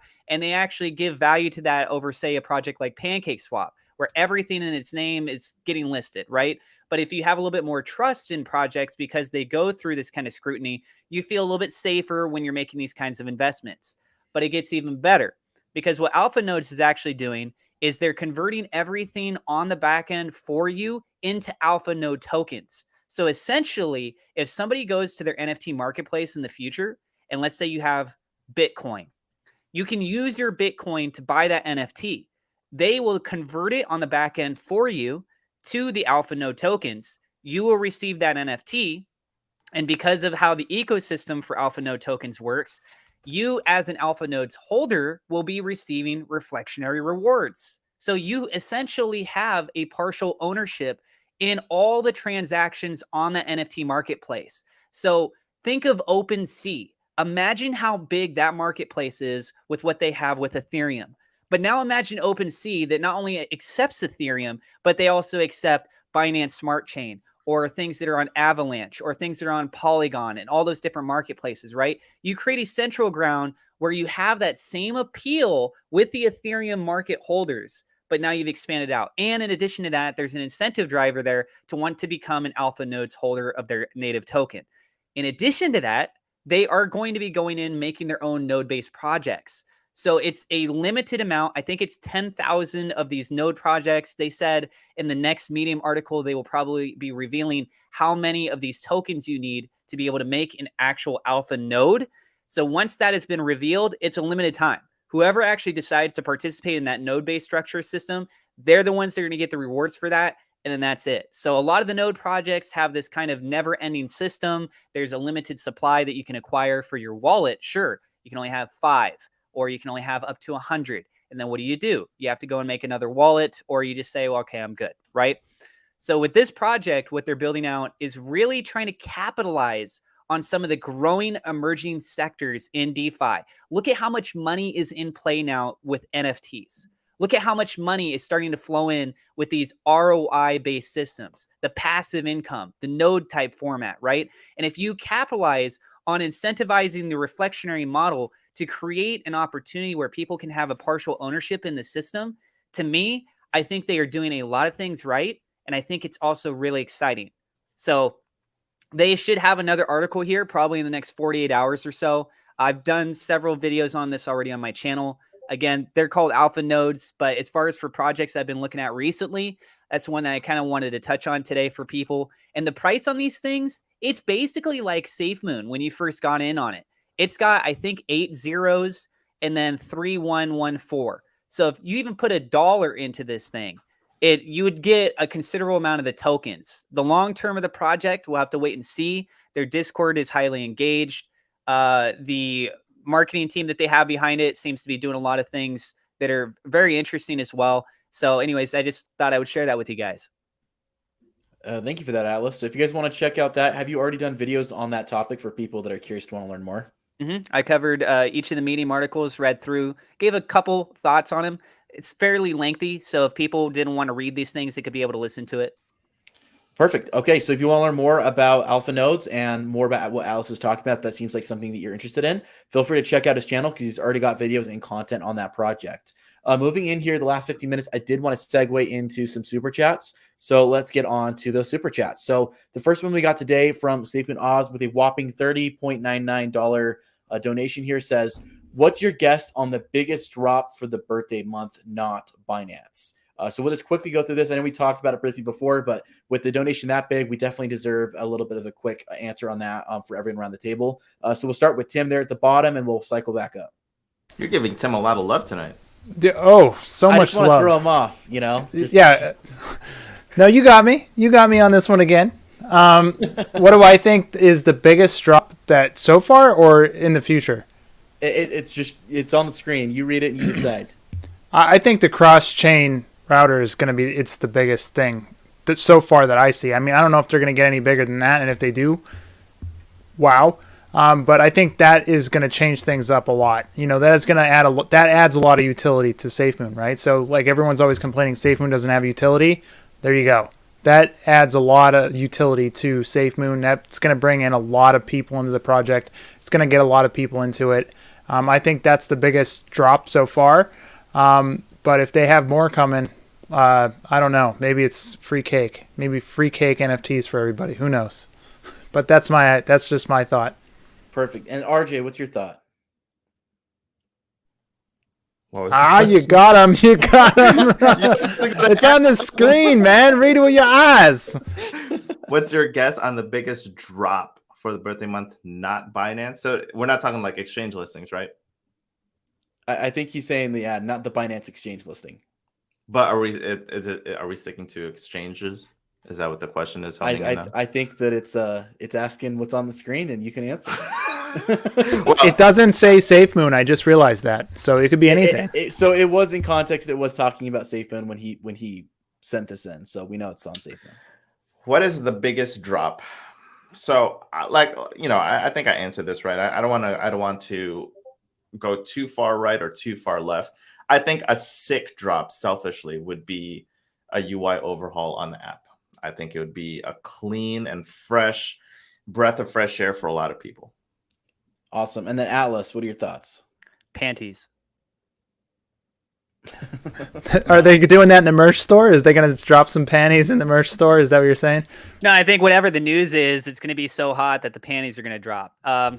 In a real note, I think that we will potentially get some great information on what they have planned for the SafeMoon exchange, how it's going to work, what its design function is, what's the big appeal behind all of that. And if they can reveal that information and it's something substantial, I think the amount of hype behind something like that is going to be big. Awesome. And then Adam, what's your thought? Man, I told you guys, I'm sorry it's a shitty answer, but I don't have no thoughts. I want to be pleasantly surprised. Actually, UI overhaul, like what RJ is saying, I wouldn't be mad about something like that. I would probably make a really good video about that. Yeah, it would be pretty cool. I don't have any expectations, man. Perfect. Awesome. Thank you, SafeMoon Oz, for He that said wonderful super chat. I have no expectations. Perfect.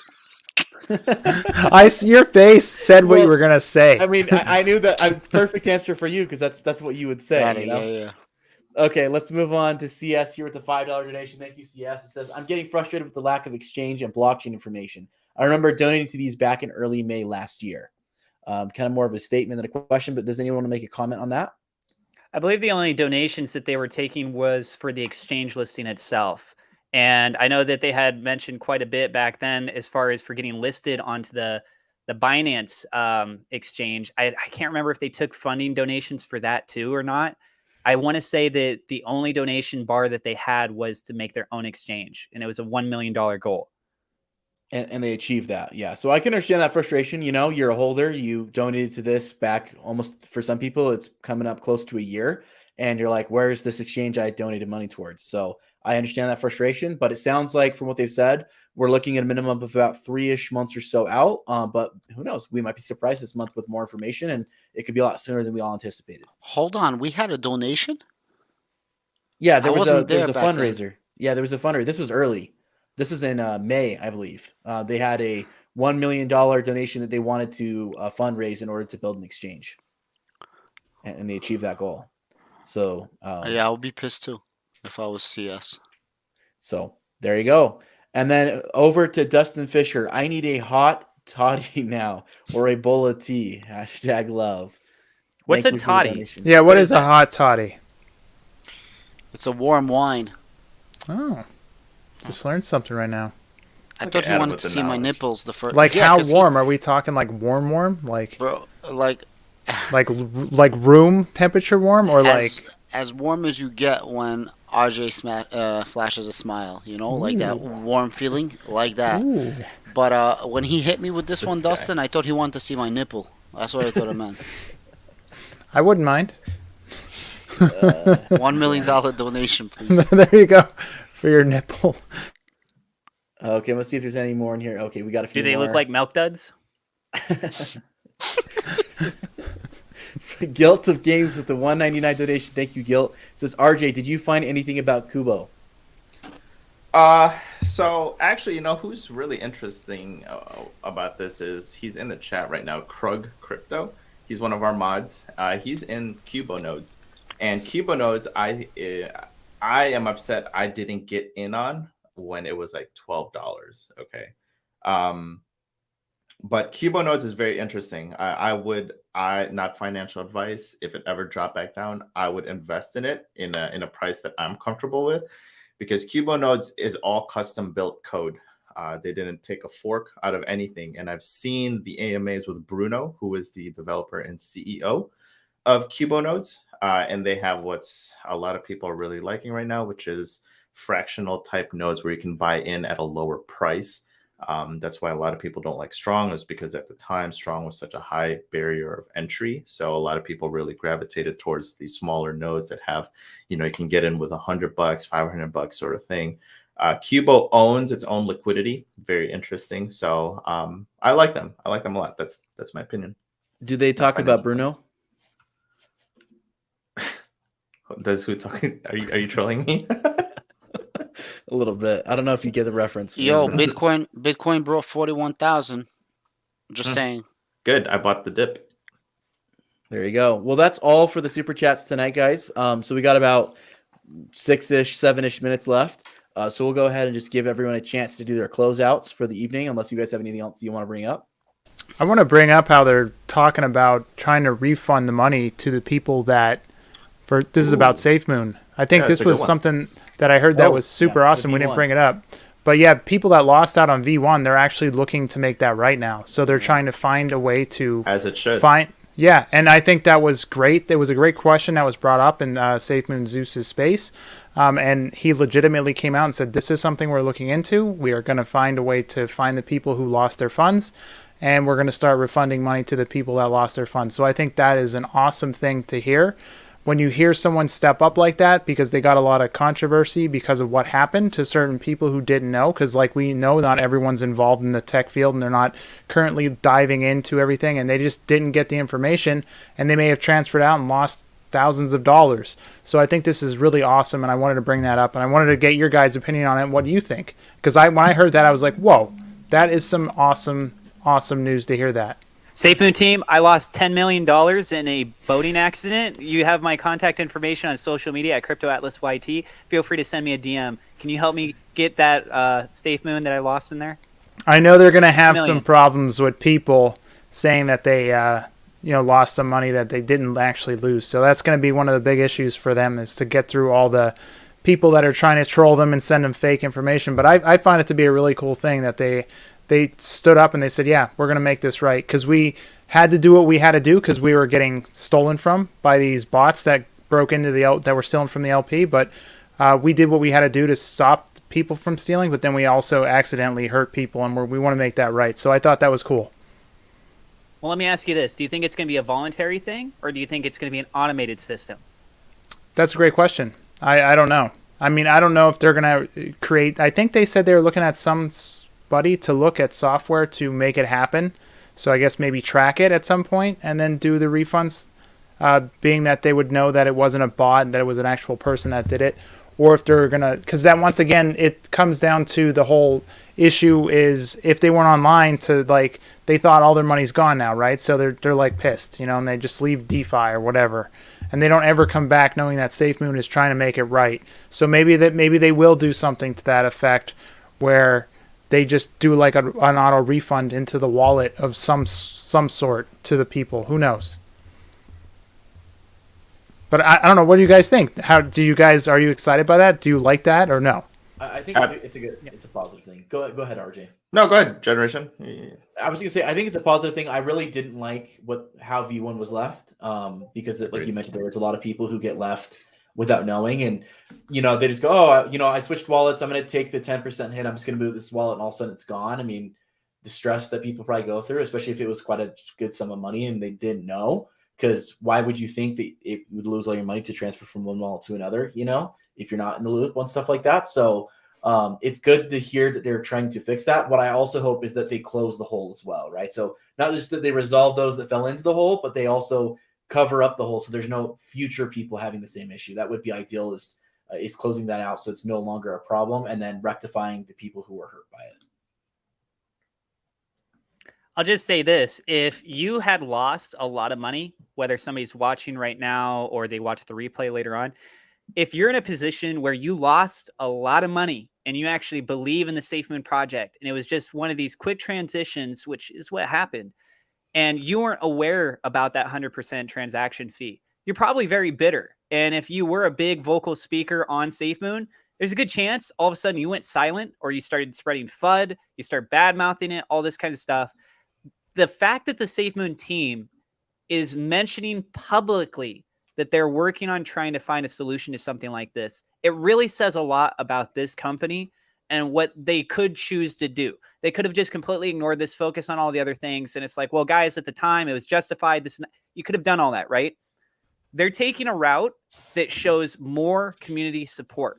And so a lot of these people that lost a lot of their money, if they find a way to where they can be able to get their money back, that could shift a lot of how the community is engaging on social media. People stop spreading FUD as much. They start being bullish on it. They say, hey, I was one of these people. I was so scared, this and that and everything. But, now that I got my money back, like, much respect and love to these guys. And then they start promoting it a lot more. So I think it's phenomenal that they're making a decision to speak up and talk about this. RG, did you have thoughts on this? Yeah, I mean, look, I'll just echo really quick. I know we're coming up on time here. I'll just echo what everyone's saying.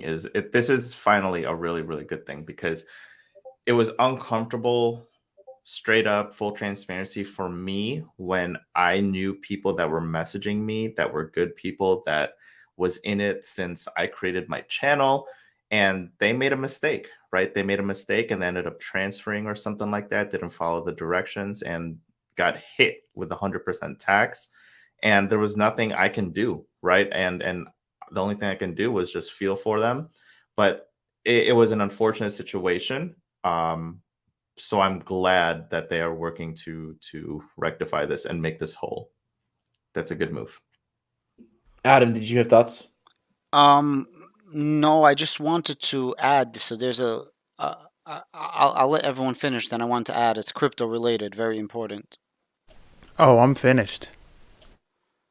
May I speak?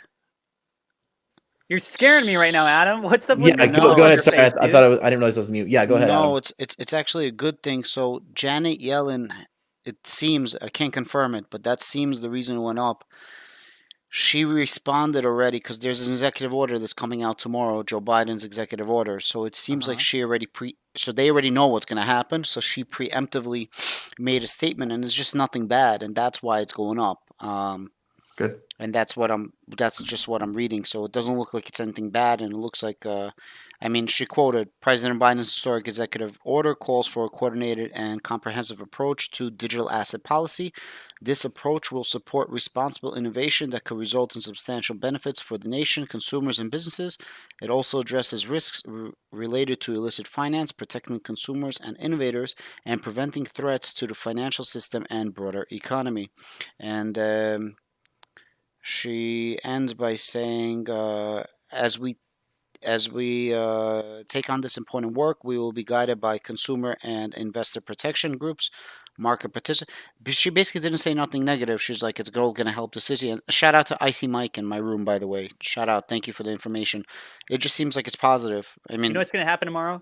Biden's going to go out there and he's going to be like, America, my dad once told me about dimes. I used to collect those things and by the dozen, put them in a jar.